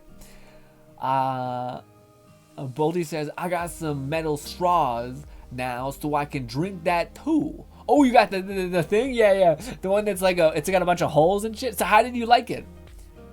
Or have you not tried that yet? Or you just got the straws to be able to try it now? Because I really want to see what you think about it. Because it's, maybe if you're a tea drinker, you know what I mean? But there's often, a lot of people would correlate the Yerba Mate tea with bitterness. But it's not. It's not bitterness at all. If you're drinking black coffee, that's really bitter. This is like a lingering vegetable taste. You know what I mean? If you ever like bitten into like a broccoli, or not broccoli, like a celery, which is like, it's not a very strong taste, but it has like that kind of slight bitter. It's not even bitter. It's like a bite. It's like a plant bite. It has that to it because it's literally fucking like dried out roots and shit. Whatever it is, I don't know. Basket says, how much do you lift? Me? Well, it's weird, man. Exercise is a weird thing because my whole thing is, again, I talked about it a little bit, but it's that Mark Wildman's pretext. So how kettlebells was phased up to me, which I'm looking back on it and looking at other people's like workout regimens. I don't know if this is how normal people are. I think like what I did is I found a channel that was extraordinarily helpful, but was as in to the kettlebell shit that you can be in. So instead of going on like the fringes and then slowly coming in to like this specific approach, I went straight to like the exceptional people's like workout routines, basically, like the people who've been doing this for a long time. And yeah, but anyways, the way the kettlebell regiment kind of works is there's a lot of protocols, but there's 2 protocols. One of them is you do low weight for high repetitions, but the repetitions are still nuts. So for instance, when I first got into weightlifting, or like kettlebell specifically, because I normally started with traditional weightlifting machines. I got relatively nothing out of it. The whole story is that as soon as I tried kettlebells, I just exploded, and I actually had translatable strength. Like, so when I picked up water jugs, when I did anything, I picked up a milk jug, I genuinely was stronger, and I felt overall healthier and had more energy. So it's just like, I'm a complete kettlebell snob for all it did for me. Anyways, but the regimen for kettlebells is basically the end result of 100 repetitions. So oftentimes what this is 10 reps. So for me, you basically pick a weight. If it is a low weight, you would do, we're getting too complicated. Okay. Basically how I started was 10 reps of 10, then you do, or 10 sets of 10 reps, I guess is how you'd phrase it. Or 10, yeah. Anyways, and then you would move that up. Before you go and increase your weight, you would then go into 10 reps of 15 sets. So 15 times pressing 10 with 10 sets. And then you would move up to 20. And then when you can do, that's 200 reps on both arms, or whatever limb you're doing, or one limb if you're doing a hip snap or whatever. So that was that. And then you usually start with kettlebells range from like, I fucked up when I first started, and I started with a 35. So my technique at the beginning was pretty rough because I just didn't have enough strength to like perfectly cradle a ball around my wrist and push it up into the air. It was just too heavy for me, but we got through it. And that's one of the protocols that you can do. The other protocol, so that's you changing the set. That's you changing the repetition of the movement, I guess. So the set was 10 sets with 15 reps. Jesus Christ. It's kind of hard to parse out how to describe this because I'm getting my sets and reps confused. I forget what the weight. I think it's set is the amount of times you have to do the activity, and then set the weight down. That's one set. Then you pick it up again. That's now you're activated the next rep. Does that make sense? I'm getting lost in the sauce here, little boys. But anyways, the other one you can do is you can change the sets and not the repetitions. So that one's changing the repetitions, which you'd usually use a heavy weight, which sounds crazy, but yeah, you'd basically try. Also, I realized later down the line that how it goes is 10 sets always for heavy weights, but you would change the rep, for 5, 10, and 15, not 5, 10, 15, or 10, 15, 20. That's what you do with like big ass muscles like legs, like doing swings with that. Anyways, just to answer your question, it's basically hard for me to give you a weight range. What I lift with my kettlebell right now on light, which for light you would basically change the amount of reps you would do and lower the sets. So you'd do like 20 repetitions with but only 5 times with a low weight. Anyways. Right now on my low end, I do, what is it called, a 44. So I do 200 reps of 44, that's total, by the way. So I do 10, 15, or is that right? I think it's so. I think it's like 10, 50, something like that. Anyway, and then my heavy is, I only do, because it's pretty heavy. I think it's 58 pounds. I do 10 sets of 5. And I'm trying to work up to 10 sets of 10. But that's pretty heavy. And then for my slam ball, I do a 60-pound slam ball. And then for my sandbag, I'm at 57 pounds. Which I'm on my sandbag, I need to get up there on weight. But yeah, complicated answer. I don't really know how to describe it because kettlebells are so weird. But the point is that when I came out of the community of it, I realized that that's not normal. I don't know many people who lift 20 reps or doing a rep. By the way, this is 1 out of 15 movements you do. So it takes a long time and you're fucking gassed out entirely. The good news is you get some freak joint health. I do think if you wanted to be physically stronger, you would do what normal bodybuilder or strongman do, which is just lift heavy with low reps, but you develop strength in that way. But if you want to be both, if you want to be very efficient and be able to be quite strong, it seems like that's the fucky bit of business, is riding the line of that, and your joints will get stronger and all that stuff. But yes. But also, I'm a big fan of kettlebells just because it seems to it points out what you're weak in. You know what I mean? Your hands will give out before your biceps usually do. Not always. This is what I mean by for beginners. Beginners will usually pick up a kettlebell and start swinging around and then get frustrated because their hands will give out and their biceps still got plenty of energy left in it. But the reason why that's good that you stop is because your body's in disharmony, essentially. You shouldn't have your hand be so weak compared to your bicep, because you need to hang on to the thing that you're lifting heavy. So it's weird for you not to do that. But anyways, too much into weightlifting stuff. I don't think it's very interesting to many people. Yes, we used to actually do a lot of kettlebell stuff on stream, and then I stopped because the main reason was just hard to keep up with. I always felt like I didn't actually end up exercising because I got too enthralled with the chat to where we just ended up talking all day, all stream, and I just didn't get any exercise done, basically. How about you, Bolty, and also Basket? What kind of exercise do you guys particularly do? But I'm definitely, just to clarify, I'm definitely not the person that would strive for 200 bench press, 400 squat or deadlift, stuff like that. I like the kettlebell thing because to me I'm sure deadlift is quite convertible, but I'm not sure how squat would be necessarily. But to me, kettlebells have always been the thing that if I can do this, I can do a lot of what other people can't do. I have people who I know who can do crazy feats of strength within deadlifting, squatting, etc. But I can still pick them up like they're a baby and toss them or something like that because it's a different strength. Your whole system needs to be strong in that way. But anyway. Also, what do you call? I was gonna tell you right now. I've had a really bad Tower Fantasy week, man. I have not played it very much at all. I think I played it twice. I feel bad. Also, I don't know, man. I seen that the sniper girl was here, and I was like, "Fuck!" That surprised me. I'm surprised you guys didn't tell me about that. You might have, and then a week went by, and you didn't tell me that this was the week she was coming up, which is fine. You're not obligated to do anything. But it left me thinking, should we get her because she's good? She's decent damage, I think. So as a fire team, when's the next time we're gonna have someone who's fire again because of how much fire people we've had? So I don't know. I know, are they gonna be a DPS like she is? Ugh.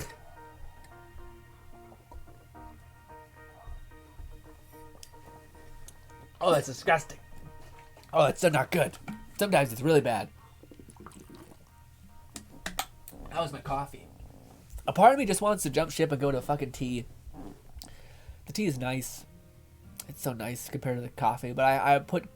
This is why my coffee tastes bad, is because I put cocoa in it and I put matcha in it. Green tea matcha. And yeah, just because it gives you benefits, anti-cancer shit, and I'm just like, sure, and I just ruined my... Because I'm already drinking bitter coffee. It can't get more worse. So then I just put a bunch of other shit in it that made it worse. But now I can't leave the other stuff behind, you know what I mean?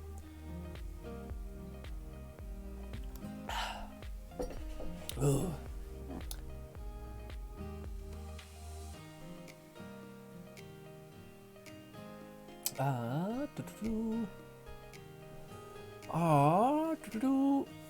Bodhi says, how not had no time buying it yet. Oh, sorry, you haven't had any time to buy it? Gotcha. I can't wait, buddy. You gotta let me know how you feel about it. Also, Bolty, if you could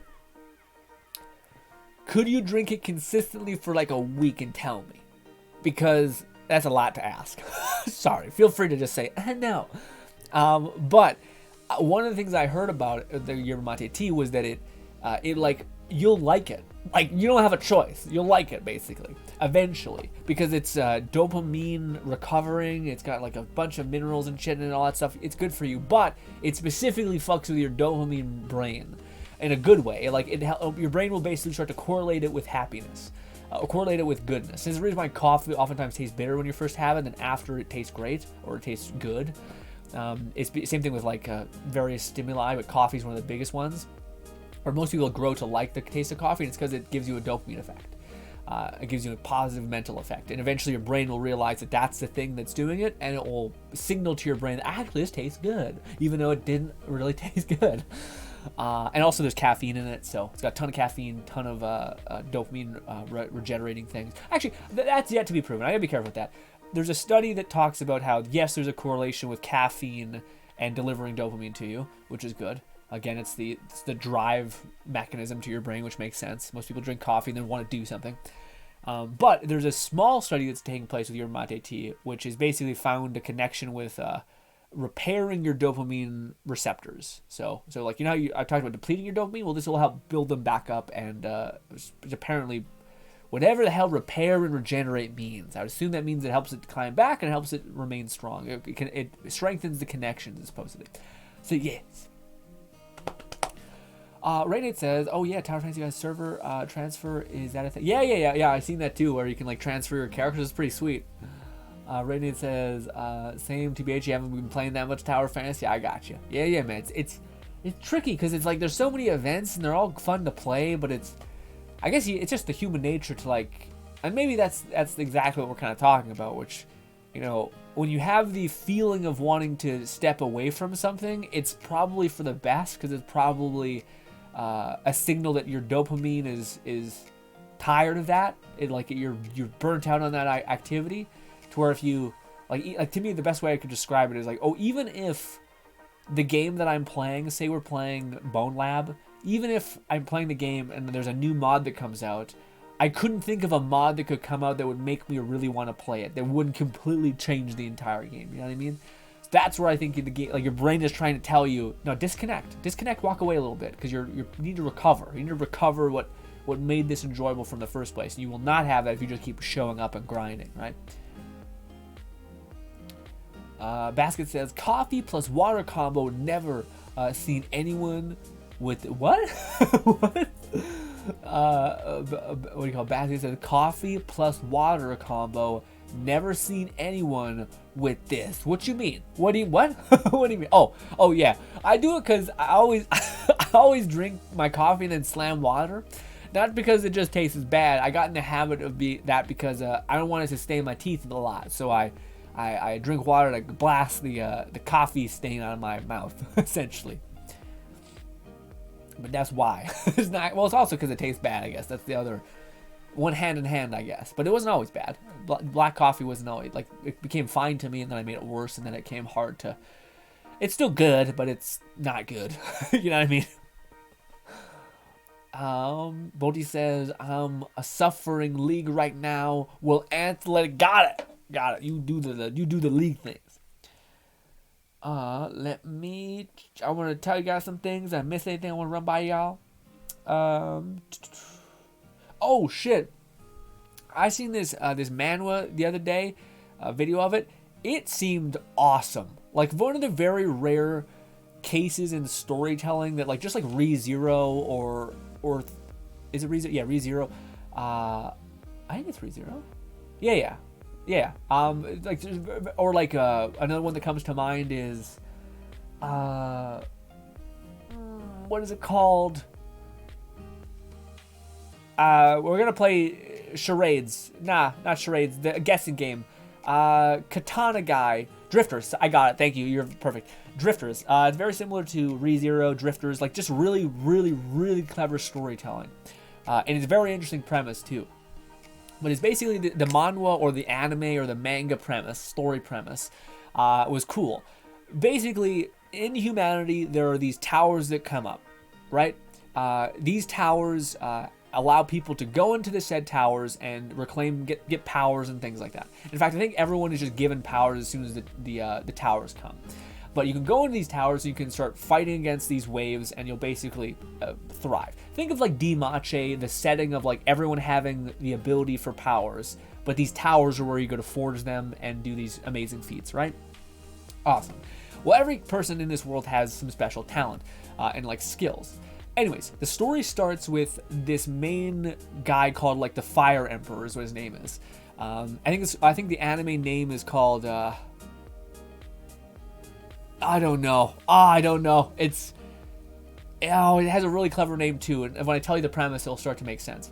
Anyways, so there's this guy called the Fire Emperor who's like the number one bad bitch. He cleared the towers. He's part of no guild, and guilds are a really big important part of this world because they're how they manage the tower and they manage the capital and stuff like that in various scenarios. Anyways, so one of the things that they do is there's like this Fire Emperor. The story starts with like the news asking him, this amazing person, what do you have? Because you just cleared like the 6th floor. What do you have to say to the younger generation? And he basically says, stay out of my way or I'll kill you. Is his premise. So he's not like the hero that everybody like wants to aspire to. And the main character is caught basically saying, I want to be like him. I want to be like him. And then he sees that on the news and it crushes him. And he thinks, what a dickhead, what a piece of shit. And then he eventually gets this skill that pops up as he's feeling gloomy. He gets this skill that basically is, it doesn't really describe itself well, but it basically says, when something kills you, you get that thing's power. You get to choose from its skills. But the main character's like, what the fuck? This sucks. What do you mean when something kills me? Like this sucks. What do you like? It doesn't specify that I think it resets him. So he just thinks I'm just gonna get killed and then get a skill, but then to be dead. Like it doesn't make any sense. What a throwaway skill. Anyways, conveniently that same night when he's drinking himself into a stupor, he goes and he like hears some hubbub around a corner, peeks around the corner, sees the Fire Emperor basically just murder this guild leader. Because supposedly she poisoned him, all that stuff, and then he screams and runs because he's not a very like masculine badass kind of thing. He's like a B rank hero or a fucking C rank hero in this world. You call it that, or guild member, whatever you want to call it. Anyways, so he gets killed by the Fire Emperor. Then he gets reset, or he gets taken to this place. That he can choose from all of the powers that the Fire Emperor has. So he says, okay, I'll choose this one. And then he realized that he comes back to his room that he was like dwelling in and feeling depressed in, etc. So he gets reset to that room 24 hours later. Then he goes outside of his room and he hears some sort of fire taking place that I guess he overslept through. So anyways, he comes out, he sees that like the Fire Emperor heard this thing happen. Like he basically caused the fire.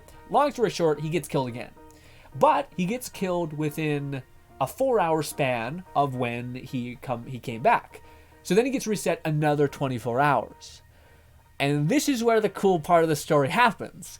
The main character starts fucking stabbing himself constantly because basically he finds out that he can time travel. Essentially, if he just keeps killing himself, he'll keep going back 24 hours. That's the gimmick. But he also gets whatever he can from people who kill him. So he basically finds out that, you know, the Fire Emperor killed me. I'm gonna try to kill him. He realizes that, like, nah, whoa, thank you so much. Thank you so much. Holy shit. What's good? Oh, I'm gonna try to do my best at this. Harkat. Please tell me no if that's not right. Thank you so much, Harkat, for subscribing. You were subscribed for 3 months. Wait, you tier 1 3 months in advance? Oh, thank you so much. That's so sweet. All right, quickly before I lose my train of thought, thank you. I appreciate the support so much. But let me get back to the story real quick before I lose my thought of it. The Fire Emperor, he realizes that he can't kill, like, the #1 hero, as even if he can start siphoning his abilities, he just can't. He just doesn't have enough, like, base stats, etc. So then he finds out that he can't kill the Flame Emperor now. But what if he went back in time? So then he starts, like, and it's kind of metal as hell. He just starts shanking himself with a Japanese knife and resetting his ability, basically. And eventually he goes back to when he was, like, I think he was like 18 or something like that, super young. And he goes into the tower to start gaining strength. And long story short, he ends up killing, or supposedly killing, the younger Fire Emperor before he was that strong. I think with one of his own abilities that he has from the future, which is weird. Anyways, a lot there. Long story short, he ends up getting stabbed from, like a Tanto knife. Exactly. Yeah, that's what he uses to stab himself. Anyways, he ends up, like, getting killed by monsters in the tower. No, that doesn't happen yet. He ends up, like, going throughout his daily life now, and he now that he's killed the Fire Emperor, he's like, okay, now the world is saved from this doucher who's already a problem and was already killing people in the future, all that stuff. Anyways, he ends up seeing this old man with a katana. He is like the stereotypical old man that is proficient with a sword butler. You know it. It's in ReZero. It's in every other show. He's white-haired. He's an old guy. All that. Super stoic. Deadly as hell. Yeah, you've seen him. Anyways, that's him. He's the second placed hero at the time of where they were. And he notices that he wants to get some of the old guy's powers. He's like, he's the second strongest hero in this time. The Fire Emperor hasn't even gotten strong enough to become something yet. I want to get his powers. So he finds out a way to kill him, or he finds out a way to die to him, because that's how he gets powers, is by dying to a person. He can pick the skill that kind of killed him. Anyways, so then he gets the old guy. He hears them, like, talking shit about his grandkids. He'll just kill you immediately. So he hears these old people, these other bartenders talking. So then he goes and tries to get rile the old guy up because he's stalking him. And then eventually the old guy looks at him with, like, murderous intent, and he says, I've been keeping my eye on you for a long time. And then he basically realizes, oh no, the old guy didn't just happen to be in the bar where I was. He specifically was hunting me. And one of the things that the old guy has an ability that lets him see how many times he has killed an innocent life. And the guy racked up 2,403 kills. So the old guy sees him as, like, he's a walking monster. He's an absolute, but all the deaths are him. He just killed himself so many times, and it technically counts. So he's kind of like, no, I didn't. But he also is terrified because he knows that people could have this ability and see this from him. It appears as this giant red number above your head that tells you that, like, you're a monster. And only certain class abilities have the ability to see it. I think the old guy is, like, Sword Saint is what he's called. Anyways, Basket says, I need the anime show. I'll give it to you. I'll probably upload it to the Grin recommendation tab in the Discord as where I got it, which was the manual recap of it, it's great. Anyway, it sounds good. Yeah. But here's where it gets crazy. So he dies to the old guy, and the way, like, the picking skills works is weird. So the way the picking skills from the various things, he can't see them. He can only, like, see, I think, some of them from, like, a faraway distance. Anyways, on a whim, he basically tells this, like, spectral coded thing, just give me the power that made the old guy so deadly. So he wakes up, and he looks across and he sees this like classic karate judo in a white gi with like red hair. He's like the stereotypical I do martial arts at a school and I'm like the bad bitch. You know what I mean? He's like that. He's got red long hair, super jagged, kind of like Dragon Ball Z shit, hella masculine, big as buff as shit. You can see his chest ripping out of his gi, all that. So he sees him and he starts saying like, where's the old guy? Where's my master? And this like badass judo guy, he basically eventually like explains to him what happened. He basically explains like, okay, I can't lie to this guy, and this is the old guy's power. And one of the things that they hint at throughout the show, or throughout when he's trailing the old guy, who later took him to a forest and then killed him, because he was tracing him the whole time because he could see that he was a monster. Anyways, he's not a monster. He just killed himself. So much. And one guy who's already a doucher. Anyways, but he, the old guy was muttering to himself constantly. So he's like, this guy's a crazy senile old guy, but he wasn't. He was muttering to this spirit that is like his angle. It's a spirit that is proficient in combat, that gives him advice, and that is another set of eyes that's floating around essentially. That we can keep an eye on him basically, or look. We'll talk about it in a minute. But yeah. Anyways, he eventually starts calling this kid a zombie, basically, and the kid he is like tethered to him now. So when he goes and he dies to something, the spirit martial art guy is with him as well. And he uses this to his advantage because the spirit can like float anywhere he wants. So he says, hey, can you go up there and read what his other skills are? So the spirit's like, sure, I guess. And he starts reading him the skills. And he's basically like a trainer. Like the reason why the old guy got so strong is because this is his secret power. It's like a giga old martial art general who's now doing XYZ. Anyways, so he basically convinces him, and the general guy in the gi, his like quote unquote master, his spirit master, who's telling him a bunch of stuff. He basically calls him zombie, which is what his thing is. I think the show is called like Resurrected until I became the best, or Resurrected until I became the number one, or something like that. I'll give you guys the name when eventually I get to it. But anyways,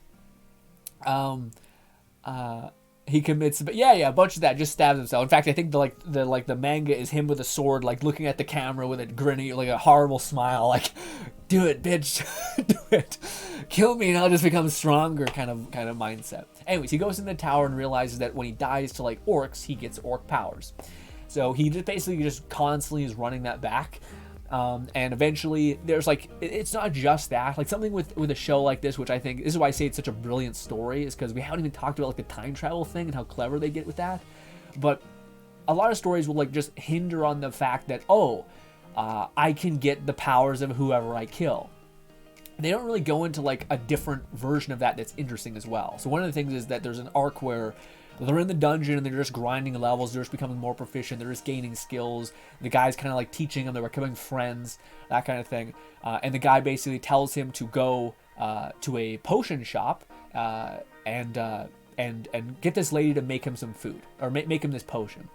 And this potion like kills all his senses, but his eyes and his hearing, and allows him to like put all of his strength within his feet, burst up like a bunny. Have relentless strength, have like crazy pierce, focus all his mana, but it's only when he drinks this drink. But that whole arc, or like a tiny little sub arc, had him going to like this store that the guy in the gi suggested. But when he goes there, the old guy is there, and he's like, uh-oh, I can't go there. If he sees me, he's gonna see the kill count, he's gonna want to hunt me again, I'm gonna stay away from him. So then he goes and finds this like alchemist that's like getting her all of her stuff thrown away because she hasn't been able to make a purchase. No one's been able to buy anything from her, so she has a failing business. But the main character knows that this alchemist, who's getting like shit on, becomes like one of the future guild's biggest top giant dogs.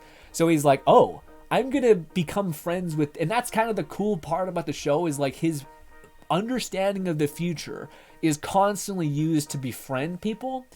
So if we could skip ahead a little bit, one of the things that he does is he realizes that one of the things that the Flame Emperor did, which was terrible, which made him have so much problems, is that he never picked a guild.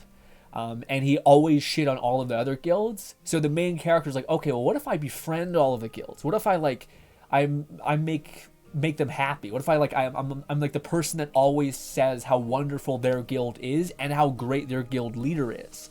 So it's really clever. Like but it's not birthed from this place of like, I'm gonna manipulate everyone, or I'm so jovial and I'm holier than thou. It's like, nah, I want to make a future where I'm okay, and everything works out. Anyways, to just one more skip ahead before I get too into it. What is something else I could tell you that's cool about it? So eventually he does like the trial or something like that. He participates in one of the. So this is one of the cooler things with it. So he goes into the tower, and he finds out really quick that like if you're gonna be one of the people that are fighting in the tower that are doing good, you're going to be pulled into like this giant encounter that gives you access to the next couple floors. So they give you like a hard mode to unlock the next stage, and then the top combatants who survive and thrive in that hard mode will go to the next environment. So he gets put into one of these like these trial runs essentially, oh no, that's what it was. Oh, there's so many cool plot threads to this. Sorry. One of them was before that even happens, I was wondering how does he get put on the map? You explain Tower of God. Well, kind of a little bit, but it's not quite the same. So one of the things is there was basically because he's went to the future, he knows what like the future levels are going to basically kind of be about. He hasn't been able to experience them, but he's heard like legends of what each stage was. So he knows that the stage where he is right now is the stage where the Fire Emperor just dominated, basically. He was the one who beat this stage, and he always said that like there was an element of luck. Luck is a skill within itself, he said, when he was doing interviews, which is like a memory the guy has. Anyways, this stage, the reason why he says it's luck is because you go into this dungeon, this tower, and then it simulates like a gross, creepy, old mansion that when you enter it is filled with dolls. And these dolls basically say, come play with me, come play with me, come play with me. And they want you to, the objective of the event is to destroy the doll with the core in it. And one of the reasons why the Fire Emperor won is because the way the dolls kill you is by burning you alive. So he has just complete flame resistance, so he was able to beat the tier in itself, which is why he's like, there's a component of luck to your success, which is interesting. But anyways, eventually the guy dies a couple times to the fire and just you get some skills. I think something happens where he dies and he gets a curse. So he picks a card that has a curse on it, and it says like trauma as the curse. So when he looks at the card, it shows him like a bunch of horrible shit. Of like what happened in this mansion, like the reason why it's so horrible, and it's like this gross, creepy bastard took orphans and killed them all, and it was horrible, and it all got burned up and all that stuff. So the main character, I think now, that's what it was. He died and he had the ability to pick win the entire encounter or become flame resistant, and for whatever reason he said he had the ability to just win the encounter, but it came with a curse of showing him what the whole encounter was about. He ends up getting so disturbed by what he saw with the kids that he ends up basically just doing what the dolls say. He ends up like playing with the dolls for like, I think it's like hours. And yeah, he ends up basically beating the stage. Long story short, he beats the stage in a really clever way. Now that he's like, holy shit, this random nobody beat the stage. Who the hell is it? Who is doing it? So now that he beat the stage, now that he's known, all of the guild people, like, and they're so fucking cool, dude. All the guild people look so good. There's a beautiful, badass, like, merchant. She's, like, black. She's got, like, gorgeous Indian headdress type things going. Like, just looks gorgeous. And then there's, like, this weird goth girl who's, like, quiet and etc. Then there's, like, this muscle-bound guy. And then there's, and they're all, like, the top 5. So the top guild leaders are usually the top, like, rated people in the entire tower, right? Anyways. So they find out that like this guy beat the tower. They all go to interview him, and that they all want to get him on the guild, because if you're in the guild, they get to give you missions. They also get to like benefit from your name. All of them want him, essentially at this point. So he says okay, and this is where he starts like pondering where the Flame Emperor went wrong and how he had to like people were trying to kill him and poisoning him. Just because he was a dick, basically. Like he didn't want to work with anyone, constantly talk shit about everyone. All this horrible shit. So he basically is really, really friendly with the guild leaders, and they're all like, okay, well, we'll offer you this much, we'll offer you that much. So he says, okay, let's play poker, and whoever wins will or maybe it's not poker, it's whatever like you can actually play and win, I guess. So anyways, he says, I'll play against all of you. Whoever wins, I'll join their guild. So that's fair, right? Because all of them were getting frustrated because like some people were offering him so much money, and other people were offering him like, promise of talent or promise of other things. So people were just trying to buy his favor. So he's like, how do I not piss all of them off? Well, I'll try to create a fair game.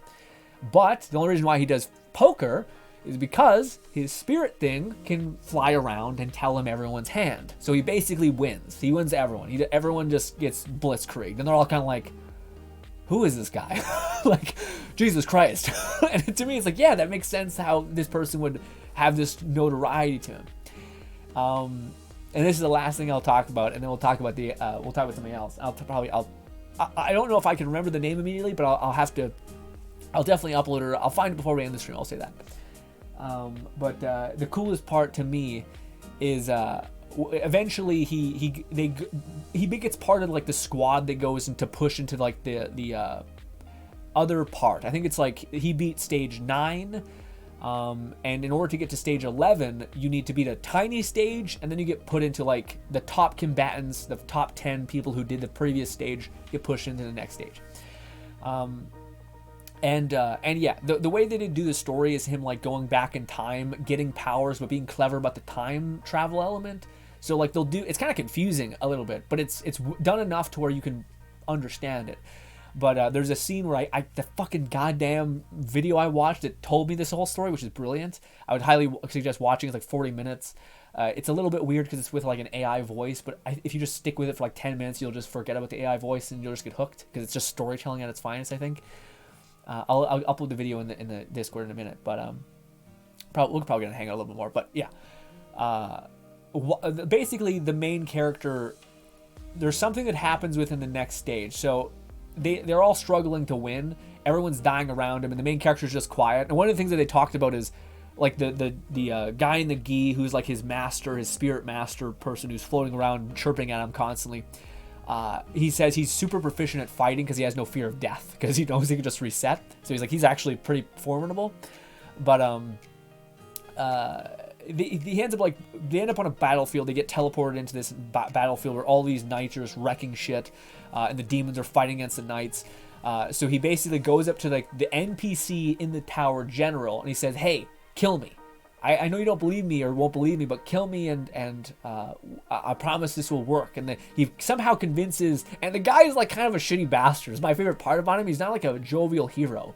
He like lies constantly. He's like very manipulative almost.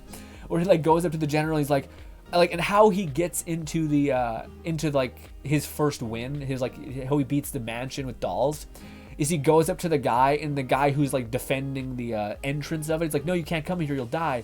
He's like, "I just found out that my girlfriend cheated on me. I have cancer. Please just let me die a hero's death." And he basically just keeps lying to him. And he's like, "Okay, fine."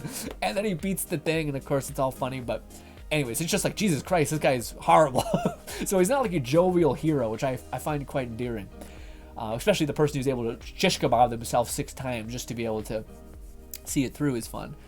But anyways, he ends up telling the general guy to kill him, gaining his skill of commanding an army. So then he basically is like riding on the horse of this other general, giving orders, and like because he's already experienced the battle and he was just observing, he knows where all the enemies will spawn. So it's just this constant, very, very fun use of not only like, ooh, you get a power up, but you can fucking time travel. You can reset the day and map out all this.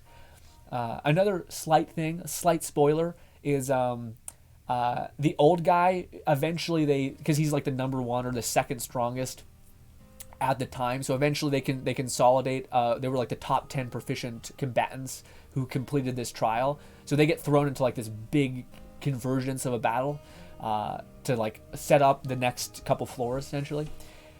Anyways, the old guy sees him, and he knows as soon as the old guy sees him, he's gonna want to kill him.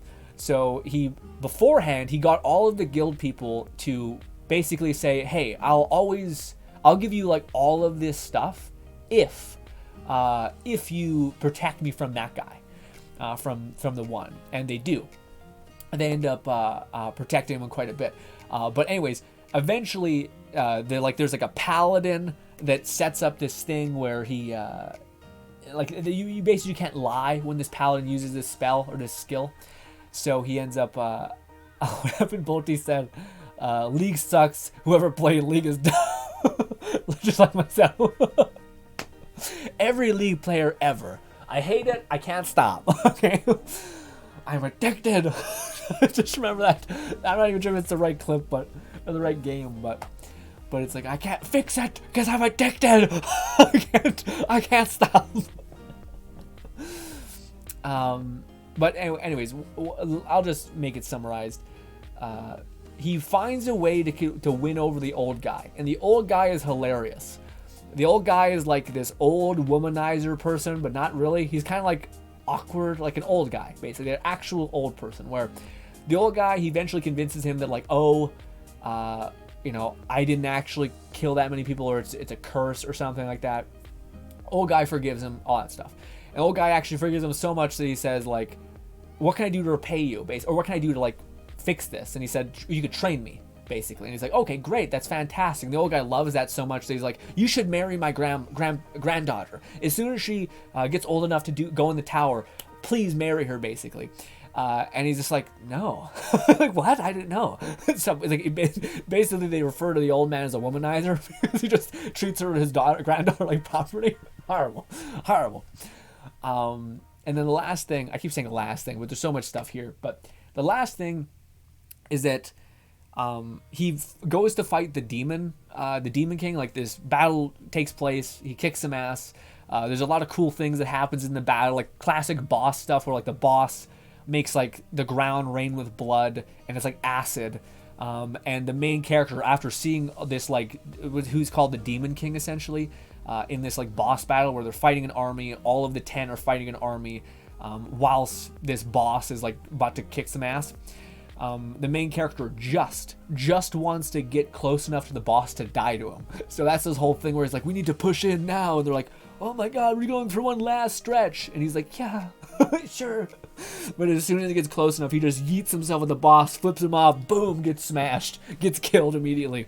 And then he has like all of the boss's abilities of like acid rain, crazy big cataclysm abilities. I don't know which one he chooses because it cuts out, I think.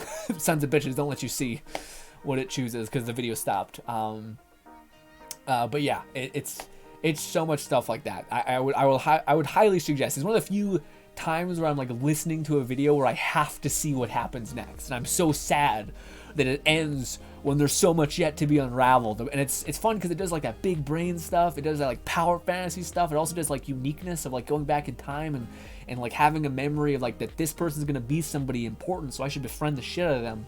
I should lie because if I don't, people could just chain kill me and it'd be horrible. It's like, what? Or they would like keep me alive and like I'd be tortured. Yeah, it's just like there's various reasons why lying in this case would be the best case.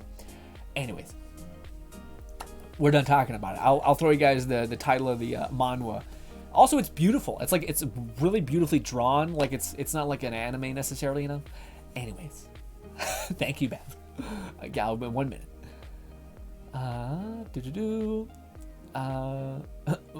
Basket says, you got this, Bolty, hell yeah. Lone says, isn't that what his name Tyler won? Or yeah. Something like that, yeah. Bolty says, I'm just gonna watch Tokyo Raven's second season to de-stress from League. Wait, what? Wait, what? That's not true. Okay, I think you're confused. I hope you're not confused, but Bolty, Tokyo Raven. Yeah, Tokyo Raven didn't have a second season. There's 24 episodes in one season. So if you're watching the second half, if Tokyo Raven got another season, Revengers. Got it. Might be. Thank you, Basket. Bolty. Thank you, Bolty. It might be. Yeah, sorry. Revengers. Right. Is that finished? That's not finished, right? Was Tokyo Raven? It's a decent show. It's like it's decent. It's pretty good. It would have been cool if it had a season 2. But no, it's like a magic show, basically. It's like a guy. Oh, man, it's hard to describe. There's like a reincarnation of like something exorcist, Blue Exorcist, where it's like a society of exorcists and they all have these powers. Well, one guy is like a reincarnation, or a person is a reincarnation of like the baddest wizard that ever lived, and his friend is the main character, and you're watching the whole thing, and it's pretty neat. It's pretty long, but it's pretty neat. It's 24 episodes. I think you'd like it if you watch it. Anyway. Right, ladies and gentlemen, this is Bolty. Hey, Bolty, you pause that fucking game, and you can do this with me. Maybe do it whilst doing the thing.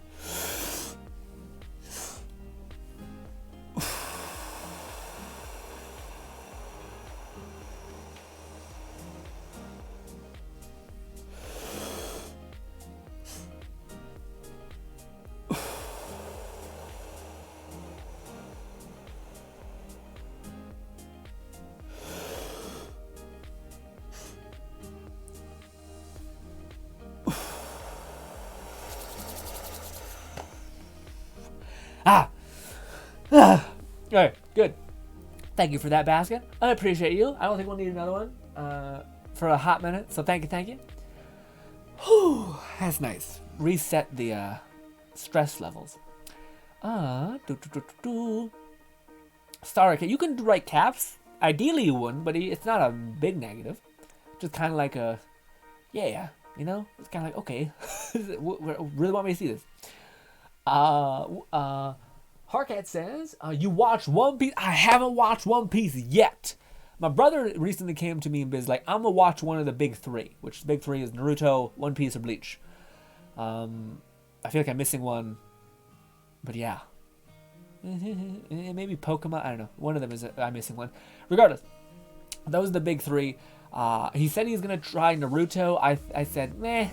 I mean, you could, but like, yeah. I don't know. Apparently, Naruto is not as bad if you cut out the filler. Apparently, Naruto is like 90% filler. I don't know. Dragon Ball. That's what it. Thank you. I thought it was missing one. Dragon Ball. And yeah.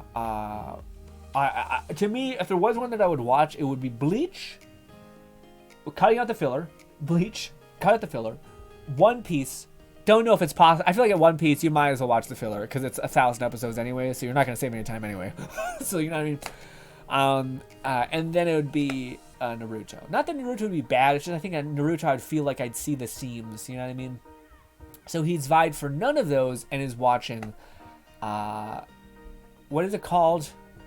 It's like the anime that everyone likes, that's not an anime fan, but then also it's weird. It's like Netflix made a Death Note, there we go. People love Death Note, I find it's always the anime that's, I don't know if you watch Death Note. I don't know if you'll enjoy other anime. Basically, it's not a big conversion. I think it can be, but not always.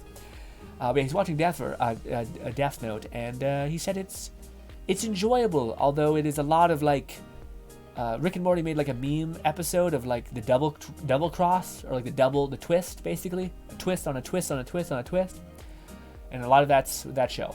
So yeah. Bleach is good, like really good. Yeah, Bleach is on the list. Although One Piece to me is also on the list, but man, I don't know, that's a lot. There's so much other anime that's also just enjoyable and like very like tight knit, you know what I mean? Harkat, it's just, I feel like I want to watch it. It's just so much, you know? I hurt my fingers now by squeezing it out. Did I forget to tell you guys about something? Let me see. I rambled at you guys about dopamine things. You guys handled that. Talked about Bone Lab Week being a great experiment. We had a bunch of new people pop in. It was very sweet. Very happy with it. I kind of want to talk to you guys about this. Well, first of all, we need to decide two things before we decompress in any way. First of all, I think we will be moving our streams to 5 p.m. and then maybe with again, I'll just announce like, hey, it's at 1 p.m. If there's like a big game, like when Forspoken comes out, we might want to just like gun it. You know what I mean? Like go 5 hours, bop, bop, bop, bop, bop. Maybe. I don't know. We'll see. We'll see how that goes. But yeah, and that we might start at 1 and then go to 5 just because it's a game I want to play. And yeah. What else? Oh, what game should we play next, ladies and gentlemen? Or do you think we should just finish Bone Lab? And yeah. Or do you think we should give Bone Lab a break? What game should we play? There's not a lot of options. I think next week... Yeah. I get the poll ready. Hell yeah. Okay, then let's do it. What games should we play? We could play more Bone Lab, finish Bone Lab, and maybe even if we finish it early, we'll just do Bone Lab mods. Okay. Or we could do Tower of Fantasy, because the next week after that, I believe, is where Forspoken comes out, right? Forspoken comes out, I think, in the next week. Yeah, it's like the 20-something, I think. Right? Can someone double check when Forspoken comes out for me, please? I think it comes out, and like, I don't want it to come out like next Thursday, or like, yeah, next Thursday, and be like, oh, fuck, well, I want to play that, so we're gonna start there. I don't know. But so, Bone Lab, Tower of Fantasy, or well, I don't know what other one we could play. Maybe Dark Tide, but I'm letting Dark Tide breathe a little bit. 23rd. So it should be like, when the fuck is the 23rd? I don't know what day does that land on. Let me see. 23rd lands. Okay, no, we got a lot of time. We got a lot of time. Yeah, we can do a whole. So next week is open. Actually, it's crazy. 23rd is literally Monday. So we might do a whole week of streaming just Forspoken. See if we can make a dent in it and beat it. What's good, Matt? Oh, Matt says hello again. What's good, Matt? What other game should be on the list? Out of all the VR games I have, one is Counterside, I believe. One is Skyrim VR.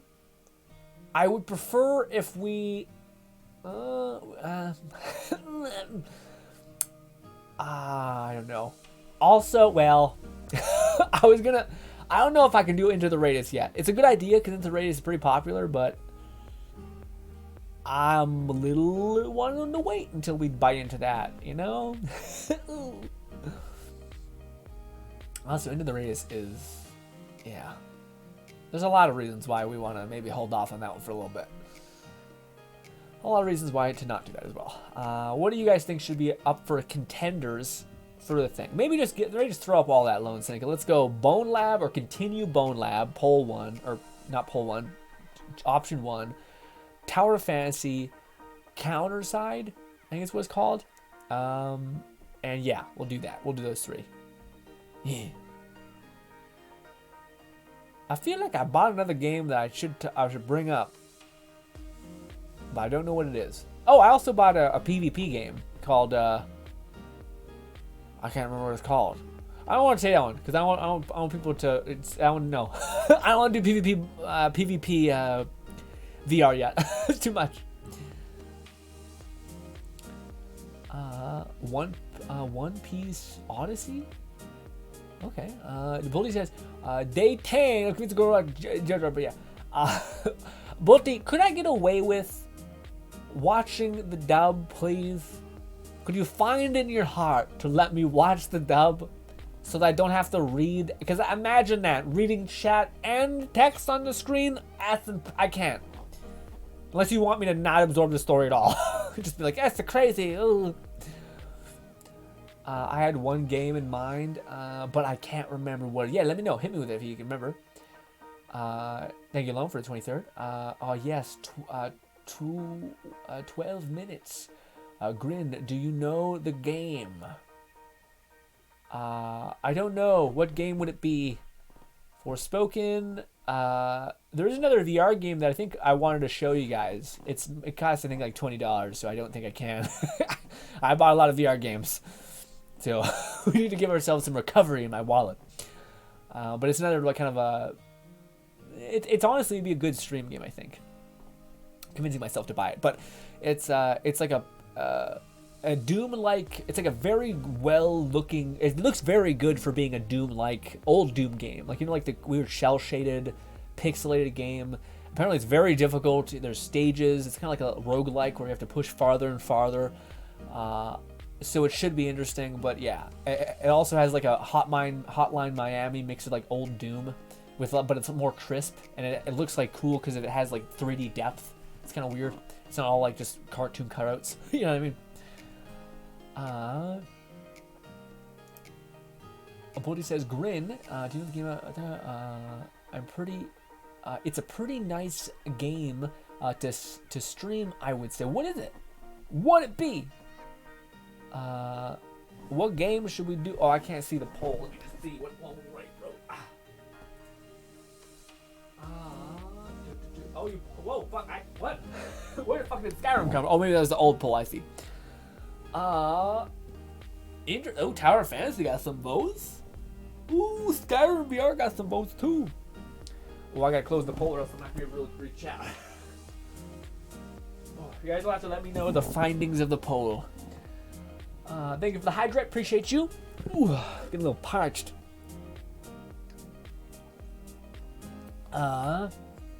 Rainade says, I'm kind of biased to Tower Fantasy because I kind of lonely grinding it myself. Now I agree. I understand. Yeah, it's not great.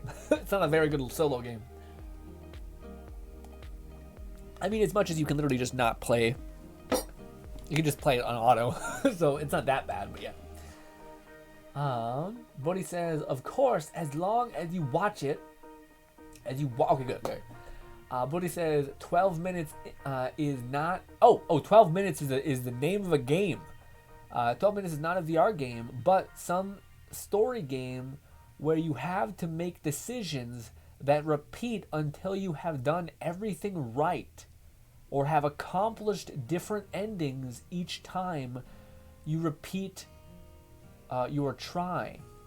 What does it look like, Volty? Is that weird game that I'm just gonna Google it real quickly. Oh, let me see. 12 minutes.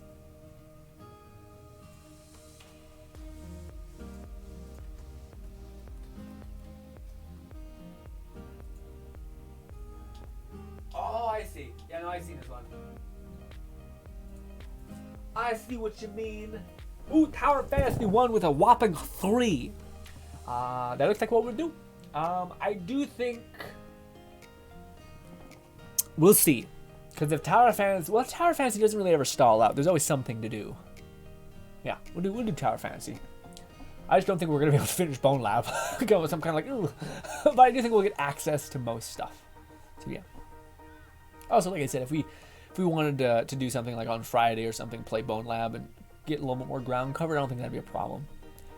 Yeah, the main thing with just doing one game a day or one game a week, it helps me make progress in the game. Otherwise, we're doing like a little bit of Tower Fantasy, a little bit of VR, a little bit of this. Also, it's hard to like map out what people like how many people liked and showed up to the Bone Lab stream. How many people liked and showed up to the Bone Work stream, the Blade and Sorcery streams, etc. Those are relevant metrics. So, and I think a lot of people showed up to the Bone Lab stream who are new, specifically, which is kind of a good metric. So probably we'll do more Bone Lab. But again, it'll probably be after we do Tower Fantasy. Maybe do a little bit of Bone Lab next week as well, just a little bit, maybe like one stream. And then we'll go and do Forspoken probably for the straight shot of a week. And yeah. I really hope. Oh, what do you guys? Now we'll do it that way. We'll play part 1 of Forspoken, and then I'll probably play it all that night to try to get better at the combat, because I think the combat's gonna be a little dicey. But I'll try not to do story things with you. I'll try to do a lot of story stuff on my time.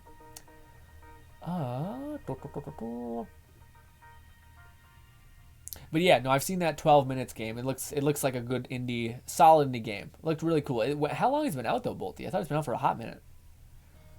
And that's funny because Dead Cell has a Hotline Miami crossover. Is that true? That's awesome, man. Yeah. What do you call it? Yeah, let me Let me quickly try to find gameplay of it just to show you guys. I think it's something it'd be interesting to show you guys. So if you guys would be interested in watching, is this right? Yeah, it's just a little zoomed in. All right, too zoomed in. Give me a minute. Give me a minute.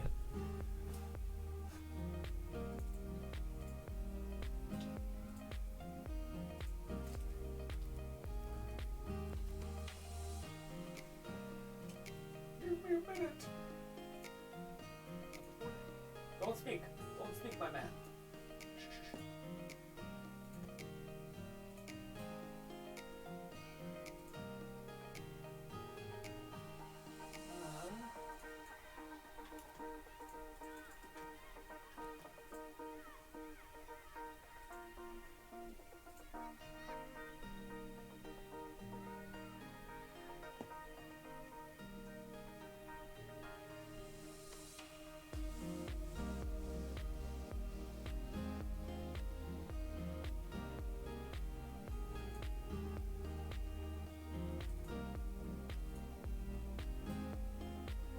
Damn it, nobody can film VR in a good way.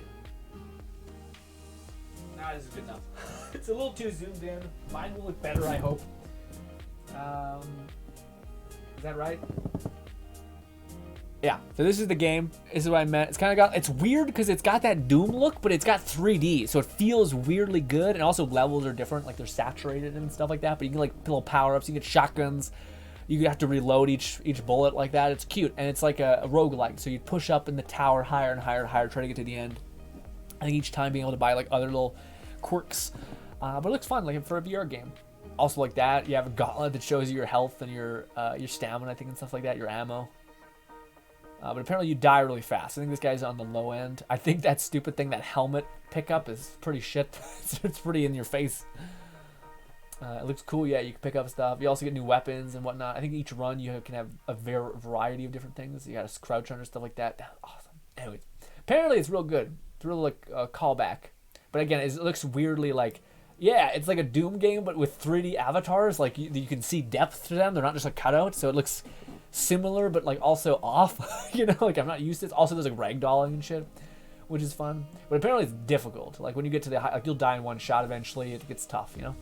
Which is kind of cool to have a game like that. Like, can we make it to the fucking end? We made it to the fucking end! Let's go!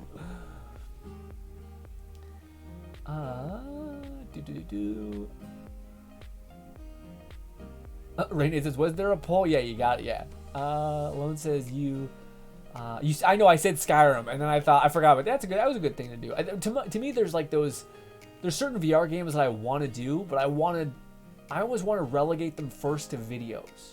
You know what I mean? Whereas, like, I kind of feel that way a little bit with Bone Lab, but I also feel like it's just a good stream game anyway, so that's one of the few games that can do both. Kind of thought that with, well, I don't know, that doesn't make the most sense, does it? I was going to say that you could relegate certain shows, or certain games. Like, maybe it'd be a good idea to relegate old games to streams, that way we could still have fun and enjoy them, but they may not be searched. And then we could dedicate videos to newer content because they're currently being searched, and we could make videos of them. I'm not sure that's the best way to think, but yeah. You do like Half-Life VR.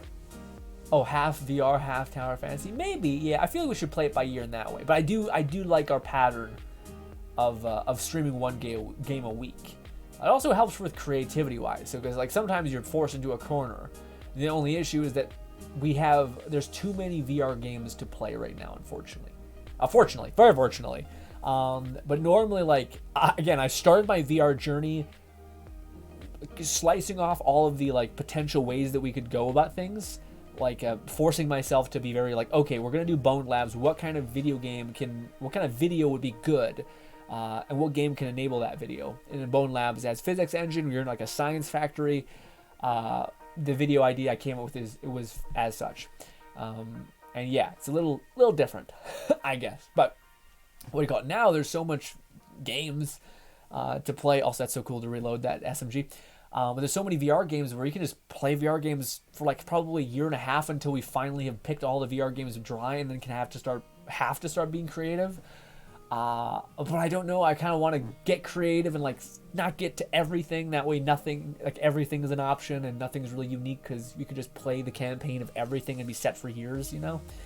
So yeah, I kind of want to make sure I slow down a little bit and make sure I force myself to get creative in those environments too. That's why I think like that's why in Skyrim VR I'm kind of like, yeah, I also got to set up mods. Like worst case scenario, we could do Skyrim VR just like the initial week of playing just the base game, but I feel like I'd want to make it special, you know?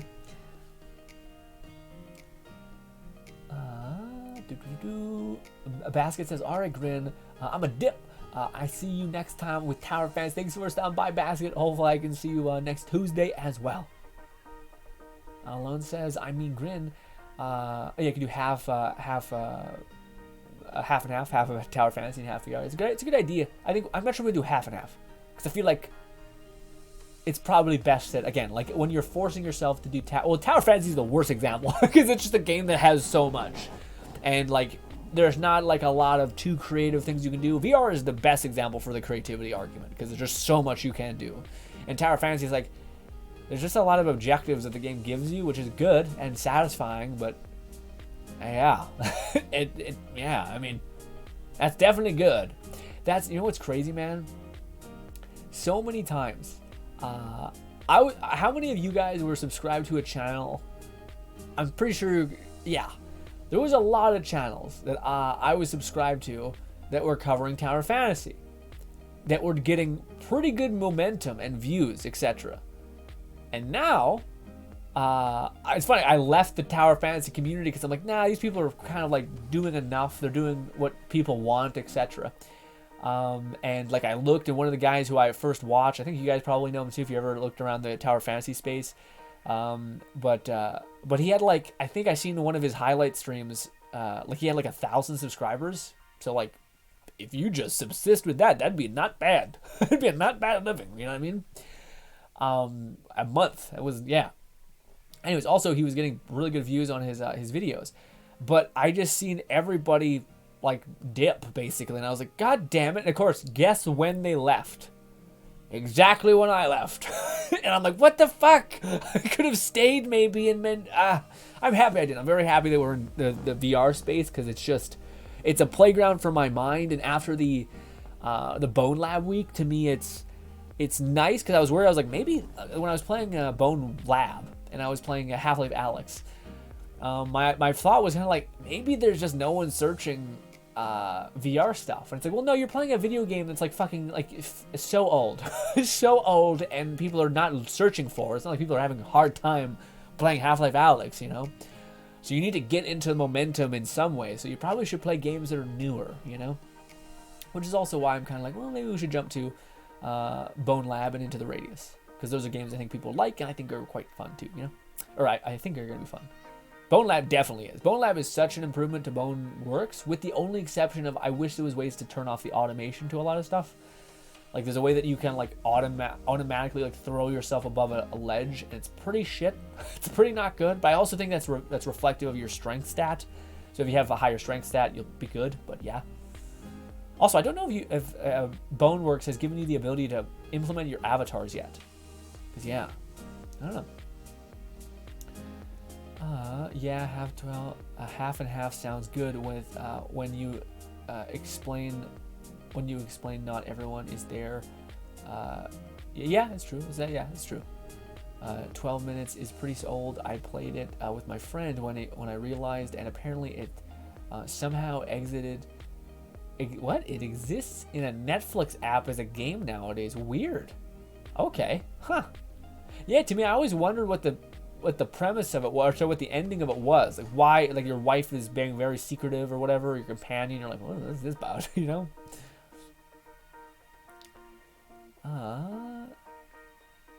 Why don't we play modded Blade and Sorcery? Yeah, that's true. We could do that too. There was so much stuff that again, I don't mean like they're definitely like, we're gonna go back to Blade and Sorcery for sure. Also, free reload. Oh, you just hit the reload button. Lol. Oh no, I see. It just gives you ammunition. Gotcha. Why would you start dropping mags? Sorry. But yeah, no, what do you call it? Blade and Sorcery. There's so many mods that we didn't mess around with. There's so much. We didn't even dip into magic, man. Magic can get nuts. Absolutely crazy. I seen Pearson like you can summon a gravity swell, and you can just pop. Also, if you can also like grab people with telekinesis and rip them apart. if you have the gravity magic on. And I'm like, Jesus Christ, I did not know all that.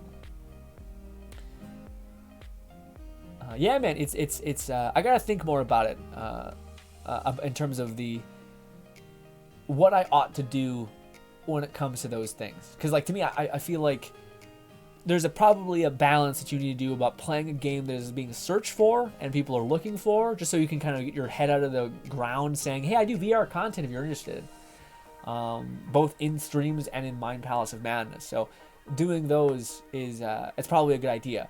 But it's tricky because you also want to, like, there's so much potential in these other games, so how do you do it, you know? It's tricky. I think I probably got to get a better... I probably got to make a stream with, like, the specific mod in question that we're reviewing. That way people, if they're searching that mod, can see it and be happy with it, etc. Things like that. It's cool how you reload dual-wield weapons, though. You, like, just let it float there and you just put a bullet in it, essentially.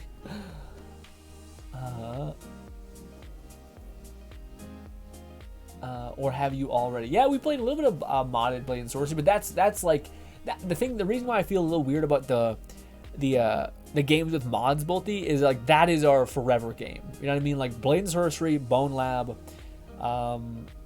Counterside is another game that I wanted to show you guys that has, like, all those games have extraordinary modding capacities. So they're the game that we could probably play forever. You know what I mean? Like, they're the game that when we're done playing all the new games, we come back and play that game. You know what I mean? That makes sense? So, yeah. Kind of the weird way I look at it. But, yeah.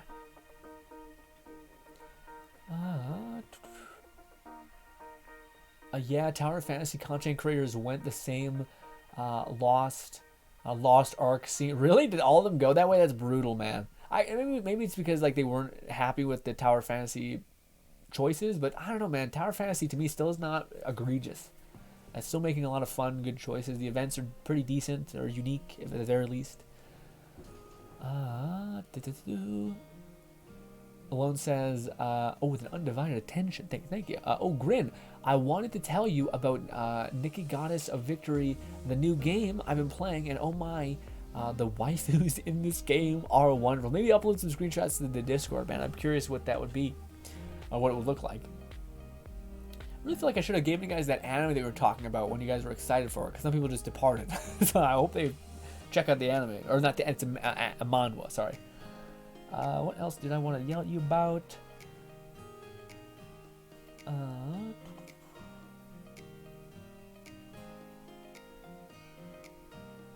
Yeah, I'm just going to ask how, I was going to say, Bolty, how sore are you? This is, I believe, is the third day of your exercise, so hopefully you're not too bent up. Lone, how is the drawing going? Hopefully pretty good. Let me know. I don't know who left. It was Basket. It was Basket. Yeah. So Raidenade's here, I think, or maybe he left too. I don't know. Sometimes people just are playing things. That's fine.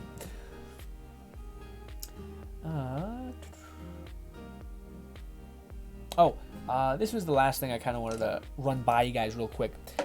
What do you call it? One of the things I really like R&R, not rest and recovery. I really like researching and like breaking down data and whatnot. And a part of me wondered if I don't know. It's one of those things that I really enjoy. Like there's this guy who I found who to me is like one of the best examples of what you kind of need when it comes to creating content in 2021. But just like breaking down channels for what they do really, really well and why they're doing it well and why people like what they like has always been something that's fascinating and interesting, and feeling like you eventually start to see a pattern is awesome. Because then you see that pattern everywhere, and then you can like make sense of a world that is chaos, you know. And it's not like you're always right, but there's usually some A, B before C, you know. So you start to get a sense for that. And that's awesome. The only thing is that oftentimes I get caught up, like, creation takes a long time, but the other stuff is equally as important, if not more important. You know, sitting down and understanding why things are fun and interesting. What are the ways you can edit something that makes things so much more engaging? Also, that's cute that you can have food just like that. But yeah, so to me, I that's the one takeaway that I came to the grips of is, man, taking time to like research things and like understand things like that is awesome, and it's one of the things I have the most fun with. But one of the things I find I always conveniently don't have enough time to do. And again, this is what we kind of hearkened to last week when we were talking about this on last Hangout, was that sometimes there's going to have to be a cost or like a give, where I'm just going to have to be like, okay, well, we're not going to be able to stream this day because of why, or I don't know if we're ever get to the point where we're not going to be able to stream that day. We're probably going to get to the point where we're like, oh, we're streaming at 5 p.m. We're only streaming 1 hour. We were streaming at 7 p.m. It's like things like that. Like, I don't think I'll ever not be here. I think I can't be here for the whole time because I need to do other things. You know what I mean? Hopefully I think that'll probably be the way it ends up looking. But yeah, just that is one of those things that to me I need to make more time for, and it's always helped me. Like it's and I think oftentimes when I'm in a weird funk, it's because I have not taken the time to just look at the brilliance of other people's creation and what they've done and all those things, right? I got you. We're gonna hold on. Okay. Woody says I'm still a little sore. I was about to say, third day to me, man, always kicks my ass. Right now, I'm still here. Okay, good. Bodhi says thanks. What kind of skill acquisition or things or hobbies you rocking, Raid Nate? Outside of Tower Fantasy, do you are you doing school still? Are we getting after some exercise? Are we good at making food? What kind of a hobby, I guess is what I should ask. What kind of hobby you rocking? Bodhi says thank you for reminding me that everything hurts. I almost forgot. Hey, I'm here, buddy. I'm here, buddy. That's that grind. That's that grind. Raynade says, I might go take a nap. Nap though. My eyes are kind of sore. Yeah. Why eyes sore though? Look at the screen too much? I can see your eyes are heavy. You mean like you're tired, but not sore. Lone says, where would I send the screenshot? Should I just send it? Should I just DM? Yeah, you can just DM me. That's fine. Just let me know when it's sent. Then I'll pop it open and look.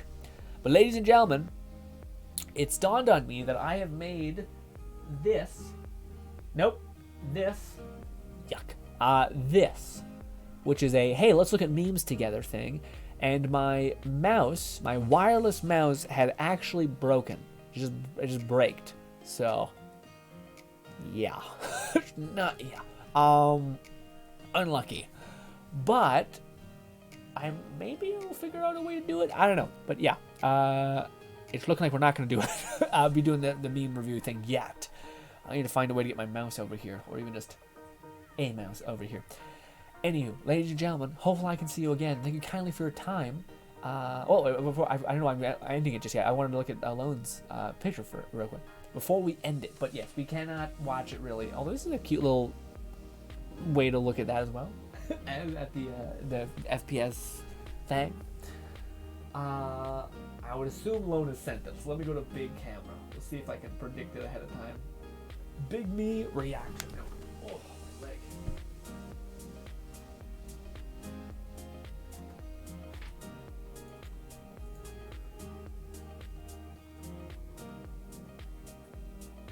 Lone is not in it yet.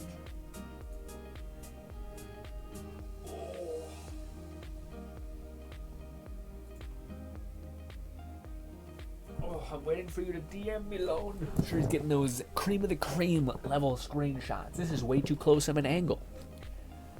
Give me a moment. Got it. Ooh. Ladies and gentlemen, what do you got planned for today? Your boy's gonna try to edit, finish the Live Die Repeat Melee Extravaganza, okay? And what was the other thing? Oh, that was the other takeaway that I had when it comes to liking the recon research. I just, again, one of the patterns I see when I was doing when I was researching all the really stimulating, high viewed, engaging VR videos was a pattern of people play the game a lot and then replay what they played, giving more. So they know that they can rip a zombie's head off because they were playing a game called Hellsplit Arena, which is what we were playing, where you can punch into someone's chest and rip out their heart. You can also rip off their head, basically. Brutal, but yeah.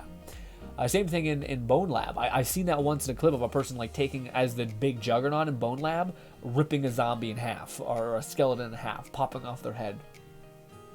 Anyways, point being there's like these little tiny things that seemingly you can only experience if you grind it. Also, when in the Hellsplit Arena case, you can grind, get money, and then progress. Like use that money to show off new weapons, new abilities, things like that. And because you've already experienced all that, you can go back and do that. So I think I need to make more time to do things just to have fun with them. Therefore, I can show them off. Ooh, I'm not even sure if I can show you guys all these. Whoa, this is a lot. This one in particular is what we call a lot. No, I had the wrong one. This one. This one. Sorry. This one. This is what we call a lot. A lot. Yeah. Is she a mic person? She has an SMG. Okay. We also have. Ooh, what is this with this weird pretext of like girl with the biggest forehead type thing? Anyways, sorry.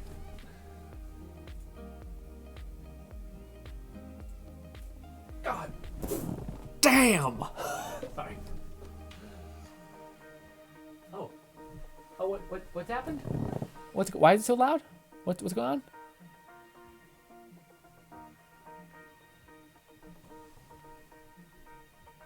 This is volume. Oh, not loud. Oh, I see. I was always loud. I was freaking out. I'll be honest. I think this one might be my favorite. It's pretty great. Anyway.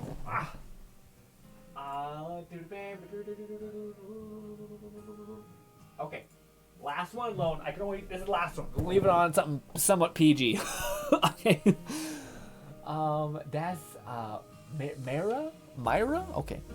Yeah, no, they're great. Again, I think I've seen this game around where it's weird. It's like an FPS mobile shooter game, but like you hide behind cover and you do like these weird squats and then you like turn around and it's nothing but booba, side boob or ass, basically. Which, hey, sure, do you? That's all crazy, all that. Also, side thing, Mob Psycho 100% Season 2, masterpiece. I haven't watched Season 3 yet. I'm working on it. I want to edit these other animes so that I can get into Season 3. But man, Mob Psycho 100% is a goddamn masterpiece.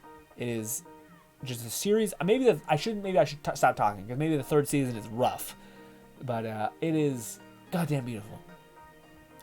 That's Mara. That's Isabella. That's Dala. Yeah, it's the best. Is that? Yeah, okay, so that is the game I'm thinking of. I thought I seen a person play it, and I was like, oh, okay. All right. Have you dropped any money on it, Lone? Have you dropped any money? Oh, no. Ooh. Also, can somebody check for me, if it wouldn't be too much trouble, if there's anybody that we know that is streaming right now, aka Luca, aka any other lovely person. It says, although there has been some drama with censoring. Oh, I see. Yeah, man, that's a big thing. Like, there just needs to be like an Americanized company or something, or a Japanese company, or maybe I don't know. Maybe the Japanese also is a market that's being a little more hush hush about their censoring. But yeah, and just fully send it. You know what I mean? Luca's off. Luca's not here. God damn it. Maybe we'll just wind down. You know what I mean? Although I found in my DMs people being sweet after we rated them, so I thought we should do that again. But maybe we gotta wait until the ocean's calling to us. Something, something like that. I'm not very good at body rolling. Yeah, my hands are also pincered underneath my thighs. So yeah. Lone says, I spent $40 for 2 of the battle passes, and I dropped another 5 for the Welkin equivalent in the game. Okay, good. Yeah, that's a chill. That's not bad. You're well under the limit, I believe. Oh, that's my call, boys, to go eat food. Is it a gacha? It is. You telling me you've seen these people and you do not think it's a gacha? Are you kidding me? What? What? Nope, I have no one. Wait, you don't have any of these? Golly. Oh, you mean you have no one, who we can go right? Gotcha. ladies and gentlemen, you've been nothing but sweet. Hopefully I can see you again. I've been playing for 12. Oh wow, so you've been 12 days. Okay, wait. Oh, you must have just caught the tail end of both battle passes. Okay. Yeah, because if you buy the battle pass, you just get everything. That makes sense. Yeah. Maybe that's. I don't know. I'm talking shit. I don't know.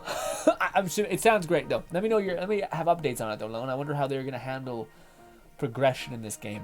Also, we still haven't heard a lot from Zenless Zone Zero. Withering Waves, so we still have no understanding. Oh, also, do you hear Blue Protocol got fucking delayed again? That game has been delayed so many times. Like, it's the point where, like, why did you announce it? Like, just stop. Just stop until it's sure happening. Anyway, ladies and gentlemen, hopefully you guys enjoy the rest of your day. I'm off to go get some shit done. I hope you have a lovely day. Just enjoy it. You deserve it. Thank you kindly for your time. Hopefully I can see you again. Yes, Blue Protocol. Yes, got delayed. Yes, see ya. Goodbye, everyone. Have a lovely day. Goodbye.